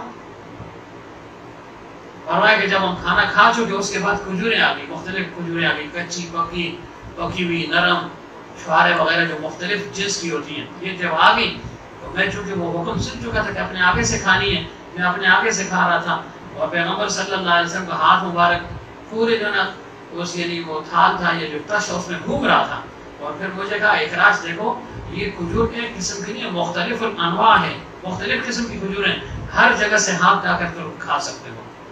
مقصود یہ تھا کہ اگر کھانا ایک ہو تو پھر اپنے آگے سے کھاؤ، اگر مختلف کھانے رکھے ہوں، یہ جو ہے نا بریانی ہے، یہ گوشت ہے، یہ فلاں چیز ہے، یہ قیمہ ہے، یہ سبزی ہے، تو پھر ہر جگہ سے اٹھا کر وہ کھا سکتا ہے، لیکن اگر ایک ہو تو پھر صرف اپنے آگے سے جو ہے نا کھاتا رہے، تاکہ اللہ تعالیٰ کی طرف سے جو رحمت نازل ہو رہی ہے وہ رحمت جو ہے نا برقرار ہے، یہ نا درمیان میں چھال ماری تو رحمت کی ختم کرے، خود ہی درمیان تک پہنچ جائے گا نا، آہستہ آہستہ کھاتے کھاتے درمیان تک پہنچ جائے گا، سمجھ گئے کہ نہیں؟ تو اس کا اہتمام کرنا ہے، بچوں کو جو ہے نا خاص تربیت کرنی ہے اس کی۔ تو اس سے کیا معلوم ہوا کہ کھانے کے دوران بھی پیغمبر صلی اللہ علیہ وسلم تربیت فرما دیا گیا، ورنہ فرماتا ہے کہ چلو اخراج کھا لے گا بعد میں سمجھا لوں گا، نہیں، کھانے کے درمیان ہی ورنہ مت کھاؤ اس طرح، تو غصہ نہ ہو جا، اگر کسی کو کہہ دیا جائے نا کیسے مت کرو تو خیر ہے وہ ضبط کر لے گی، یار تربیت کے لیے ہو رہا ہے، ٹھیک ہے؟ تو ان سنت پر جو ہے نا وہ عمل کرنا ہے، بس ہو۔ تو یہ شمائل پیغمبر صلی اللہ علیہ وسلم کے کب جو ہے نا ختم ہونے والے ہیں، ایک بات انسان کرتا ہے اس میں دوسری نکل آتی ہے، تیسری نکل آتی ہے، اور پیغمبر صلی اللہ علیہ وسلم کا طریقہ کیا تھا کہ جب روٹی آ جاتی تو سالن کا انتظار نہیں کرتے تھے، یہ پہلے ذکر ہو چکا ہے، روٹی آ گئی تو سالن کا انتظار نہ کیا جائے کہ سالن آسی تو پھر کھاسا، اس کا مطلب یہ ہو کہ اس کو جو ہے نا بھوک نہیں ہے، ورنہ بھوکا آدمی تو کہتے جو چیز سامنے فوراً کھاؤں، اس کا مطلب اس کو جو ہے نا ویسے شوق ہے کہ سالن بھی آ جائے پھر کھاؤں، کیوں؟ روٹی جو ہے نا یہ اصل ہے، غذا تو اصل یہ گندم ہے نا، گندم ہے یا مکئی ہے یا جو ہے، یہ اصل ہے، سالن وغیرہ نہ بھی ہو تو پھر بھی جو ہے نا انسان کو یہ چیز اگر ملتی ہے اس کا کام بنتا ہے، اگر سالن بہت اچھے ہو، وہ روسٹ کسی کو دے دیں، بھونا ہوا گوشت دے دیں، لیکن روٹی نہ ہو تو کیا خیال ڈاکٹر صاحب، وہ کھاتا بھی رہے تو کوئی پوچھے ہو کہ روڑے میں ہونا پڑ لگے، ایسے میں لوگ انتیکیے پڑھے لی نہیں، یہ دو روسٹ میں پڑھ لے وہ ڈوڑے میں نہ پڑھ لے، تو اصل چیز روٹی ہے، اس وجہ سے فرمایا کہ روٹی جب آ جائے تو سالن کا انتظار مت کرو، بس جو ہے نا شروع کر لو، سالن جو ہے نا خود بخود آ جائے گا۔ اور پیغمبر صلی اللہ علیہ وسلم کی عادت مبارک تھی کہ جو بھی عادت آئے تھے فوراً اس کو جو ہے نا ساتھ بٹھا دیا کرتے تھے، تکلف نہیں تھا نا، ہم کہتے بس صبر کرو یار جو ہے نا ہم کھا لیں پھر بعد میں اس کو کھلائیں گے، نہیں، ساتھ ساتھ جو آئے تو بس بٹھا دو اس کو، صرف یہ دسترخوان کا احترام یہ ہے کہ چونکہ وہ دیر سے آیا تو آپ دیر سے اٹھیں تو وہ بھی کھانا کھا لیں گے، یہ نہ اس کو تو بٹھا دیا خود اس کا جو ہے نا بھاگ گئے، ہاں بھائی تکلف ہو، اگر اس سے بھاگنے پر اس کو اثر نہیں پڑے گا، وہ کہ ٹھیک ہے آپ جاؤ میں کھاتا ہوں پھر تو ٹھیک ہے، لیکن بعض ایسے ہوتے ہیں کہ وہ جو ہے نا جلدی جو ہے نا وہ یعنی جھجک محسوس کرتے ہیں، حیا ان پر غالب ہوتی ہے، پھر نہیں کھا سکتے، تو فرمایا اس کے انتظار میں پھر آخر تک جو ہے نا بیٹھے رہو۔ حضرت گنگوی رحمۃ اللہ علیہ یعقوب نانوتوی رحمۃ اللہ علیہ کے پاس گئے، تو حضرت گنگوی رحمۃ اللہ علیہ غالباً یعقوب نانوتوی رحمۃ اللہ علیہ گنگوی رحمۃ اللہ علیہ کے پاس گئے تو وہ کھانا کھا رہے تھے، یعنی جو اکابر تھے انہوں نے سنت پر صحیح عمل کیا ہے، جب وہ گئے تو وہ کھانا کھا رہے تھے تو انہوں نے کیا کہ گنگوی رحمۃ اللہ علیہ کے ہاتھ میں ٹکڑا تھا، یعقوب نانوتوی کو دیا کہ ہاں تم یہ کھاؤ میں اندر سے اور لاتا ہوں، یہ آپ کھانے جو ہے نا میں اندر سے اور لاتا ہوں، آپ جو ہے نا شروع کر لیں، تو ہم اس میں جو ہے نا تھوڑی سی جھجک محسوس کرتے ہیں، شرمندگی محسوس کرتے ہیں کہ یار دوسرا خفا ہو جائے گا، نہیں خفا ہوگا، وہ خفا نہیں ہوگا، جو ہے نا اس میں بے تکلف ہی ہے، تکلف سے جو ہے نا معاملات خراب ہو جاتے ہیں، سادگی میں جو ہے نا اس میں اپنا ایک مزہ ہے، تو وہ روٹی ان کو دے دی تو کہا جی آپ جو ہے نا شروع کر لیں، پھر جب حضرت جانے لگے تو غالباً یعقوب نانوتوی یا گنگوی رحمۃ اللہ علیہ نے فرمایا کہ میرا تو سفر ہے، میں تو آگے جا رہا ہوں، اور تو حضرت نے فرمایا کہ میں تو آگے جا رہا ہوں، انہوں نے کہا نہیں کھانا آپ نے کھانا ہوگا، تو انہوں نے کہا جی کھانے کے لیے اگر رکوں گا تو ٹائم میرا ضائع ہوگا، وقت جو ہے نا میرا بچائیں، وقت کا زیادہ جو ہے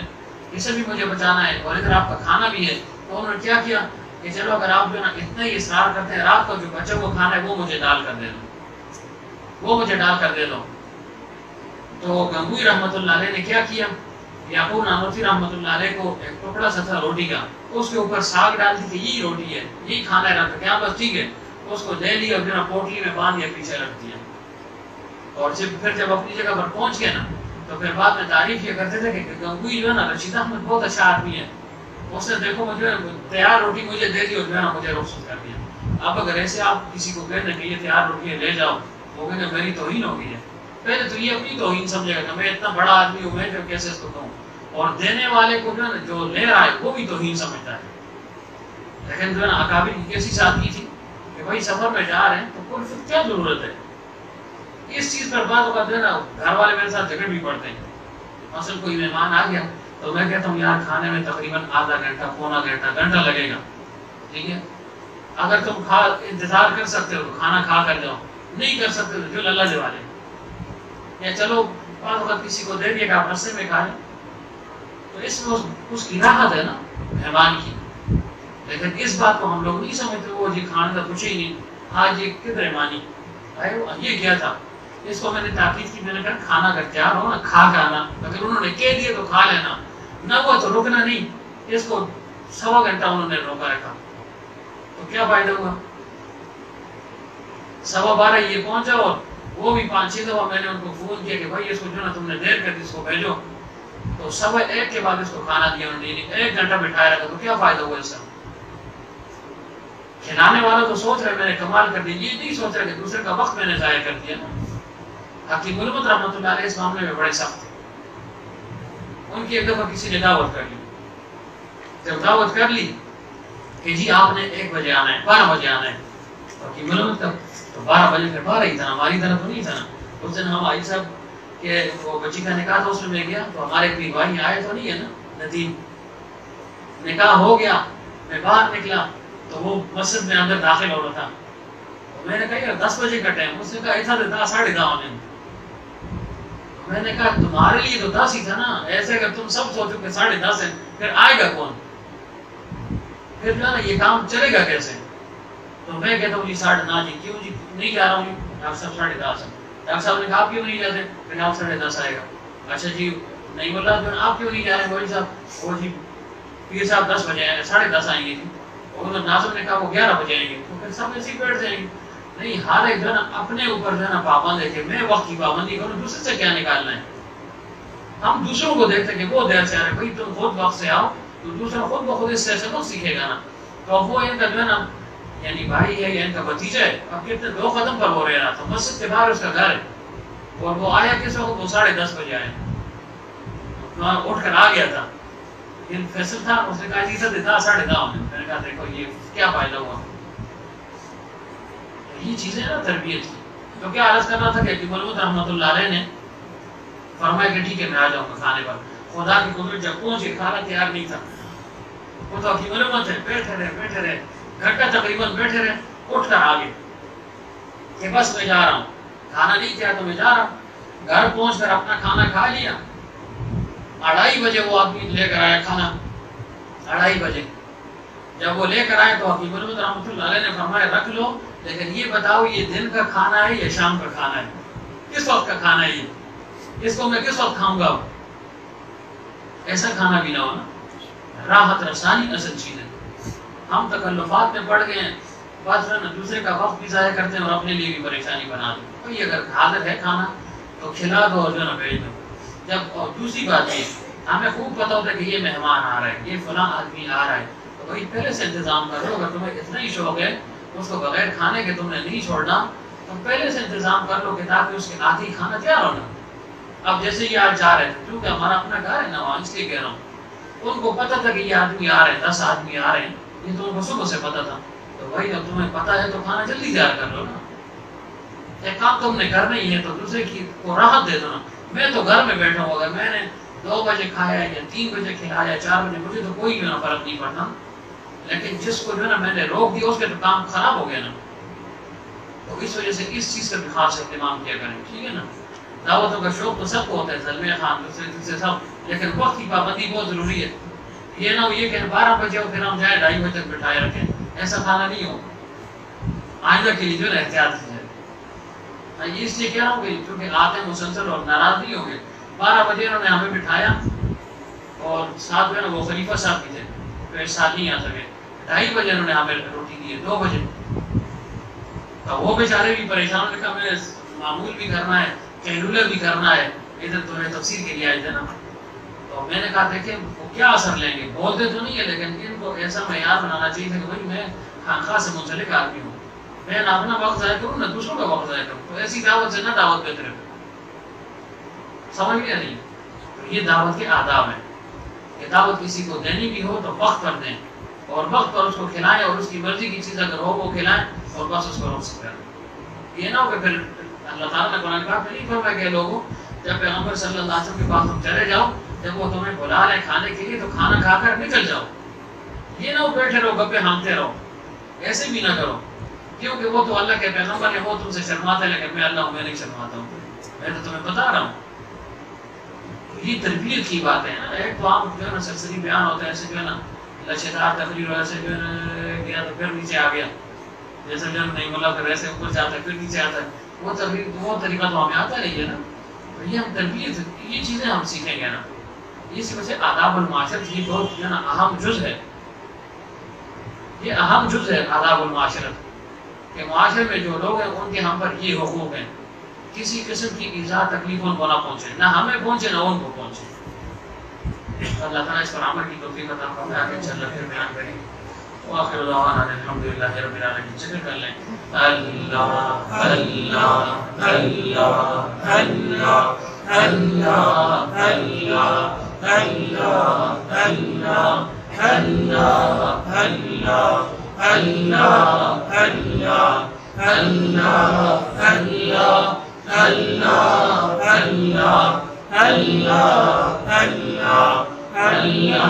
اللہ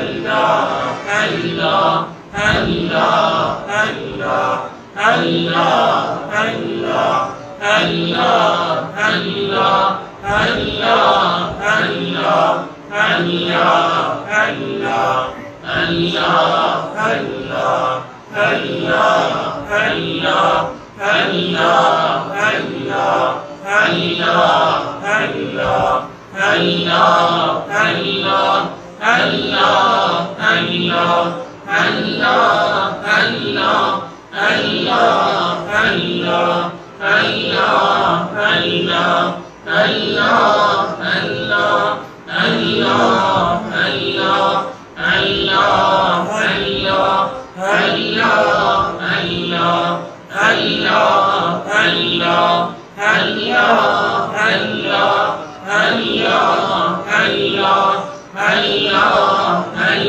اللہ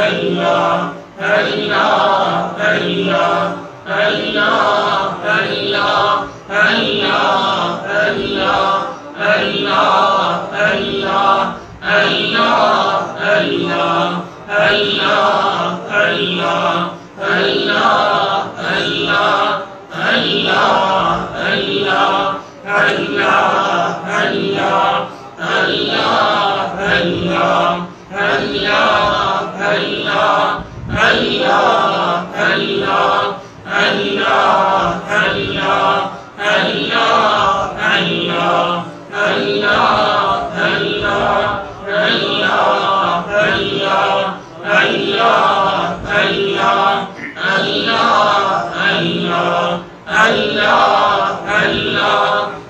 اللہ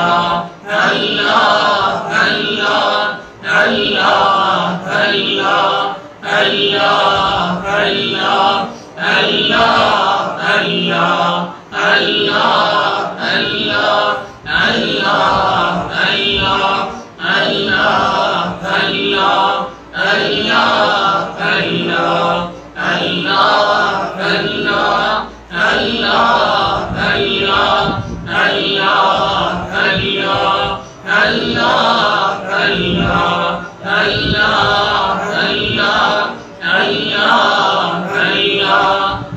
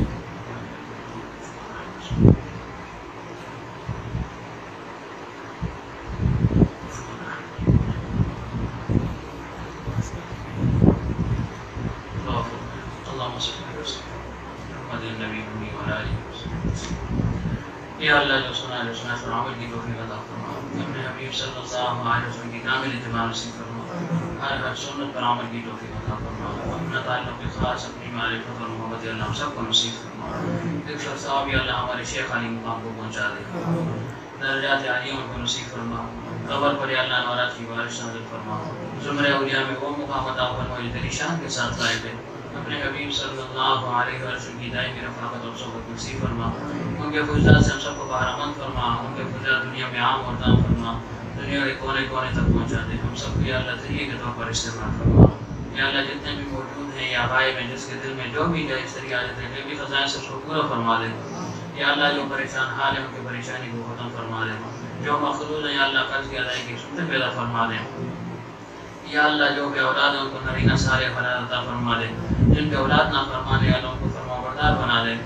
یا اللہ جو رشتوں کی طلب میں سنت کے مطابق اچھے سے رشتے سب کو نصیب فرما دے۔ یا اللہ جو بے روزگار ہیں اس کے حلال کے دروازے سب پر کھول دے، اس کے حلال ہم سب کا وسیع فرما دے، وسعت اور فراخی ہم سب کو نصیب فرما، فقر اور تنگدستی سے اللہ ہم سب کو محفوظ فرما۔ یا اللہ جتنے بھی بیمار ہیں اس محفل میں، گھروں میں، اسپتالوں میں، جہاں کہیں بھی ہیں اللہ سب کو صحت کاملہ عاجلہ دائم و مستمرہ نصیب فرما۔ اس بیماری کی رحمت یا اللہ صحت کی رحمت میں بدل دے، جلد از جلد سب کو کامل اطمینان قلب اور سکون نصیب فرما۔ جتنے بھی ہمارے عزیز اقارب رشتہ دار احبا متعلقین پیر بھائی مسلمان دنیا سے جا چکے ہیں سب کو بخش دے، سب کی قبروں کو منور فرما، آنے والی منازل سب کے لیے آسان فرما، جتنی بھی برزخی خوشیاں بندے میں کے لیے تم نے رکھی اللہ کا تمام ہاؤں کو نصیب فرما۔ ہمیں بھی یا اللہ اس سفر کی تیاری کی توفیق عطا فرما۔ یا اللہ اس حلقے کی برکت سے یا اللہ محمد صلی اللہ علیہ وسلم کے شمائل بیان ہوئی، اللہ اس کی برکت سے یا اللہ اس دن کی برکت سے یا اللہ اس وبائی مرض کو، اس مصیبت مرض کو، اس پریشانی کو اللہ ختم فرما دے، اللہ اس بے چینی کو، بے اطمینانی کو، بے سکونی کی اللہ کامل اطمینان کی اللہ اطمینان قلب اور سکون میں بدل دے، اللہ پوری امت مسلمہ کی اللہ خصوصاً ہمارے اللہ جتنے بھی اقارب ہیں، رشتہ دار ہیں، پیر بھائی ہیں، دوست احباب ہیں، اللہ سب کی حفاظت فرما دے اللہ۔ جو یا اللہ اس سے متاثر ہو چکے ہیں اللہ ان کو صحت کامل عطا فرما، جو یا اللہ اس میں اللہ دنیا سے جا چکے ہیں اللہ ان کو شہادت اعلیٰ مرتبہ نصیب فرما دے اللہ۔ اپنی قدرت کاملہ سے یا اللہ اس پریشانی کو اللہ ختم فرما دے اللہ۔ ہماری مساجد کی رونقوں کو یا اللہ، ہمارے مراکز کی رونقوں کو، ہمارے مدارس کی رونقیں، ہمارے خانقاہوں کی رونقوں کو یا اللہ دوبارہ بحال فرما دے اللہ۔ قرآن نہج پہ اللہ سب کاموں پہ اللہ دوبارہ لے آئے اللہ۔ ہمارے کسی قسم کی اللہ ناشکری یقیناً ہوئی ہے اللہ، تہ دل سے اللہ توبہ طائب ہوتے ہیں اللہ، ہماری توبہ کو قبول فرما دے اللہ۔ ہمارے ساتھ اللہ رحم کرم اور شفقت کا معاملہ فرمائے اللہ۔ یا اللہ نفس مار اور شیطان اور دل سے ہم سب کی حفاظت فرما دے اللہ۔ اخیار کے اللہ فتنوں سے منصوبوں سے اللہ پوری امت مسلمہ کی حفاظت فرما دے اللہ۔ اپنا تعلق خاص نصیب فرما، کامل اخلاص اور الہیت اللہ ہم سب کو نصیب فرما۔ یا اللہ ان دونوں خانقاہوں کو نفع سور تک سرسبز اور شاداب رکھ، جتنے پودے اس پہ لگ چکے ہیں لگ رہے ہیں اللہ سب سے بارہ اور رحم بنا دے، حضرت کا کامل فیض اللہ سب کو منتقل فرما، کسی کو بھی اللہ محروم نہ فرما۔ یا اللہ جب تک ہم زندہ ہیں دین مدین پر ہم کو قائم اور دائم رکھ، اور جب دنیا سے جانے کا وقت لا الہ الا اللہ محمد رسول اللہ صلی اللہ علیہ وسلم ہماری زبانوں پر جاری فرما۔ سبحان ربک رب العزت عما یصفون وسلام علی المرسلین والحمد للہ رب العالمین برحمتک یا ارحم الراحمین۔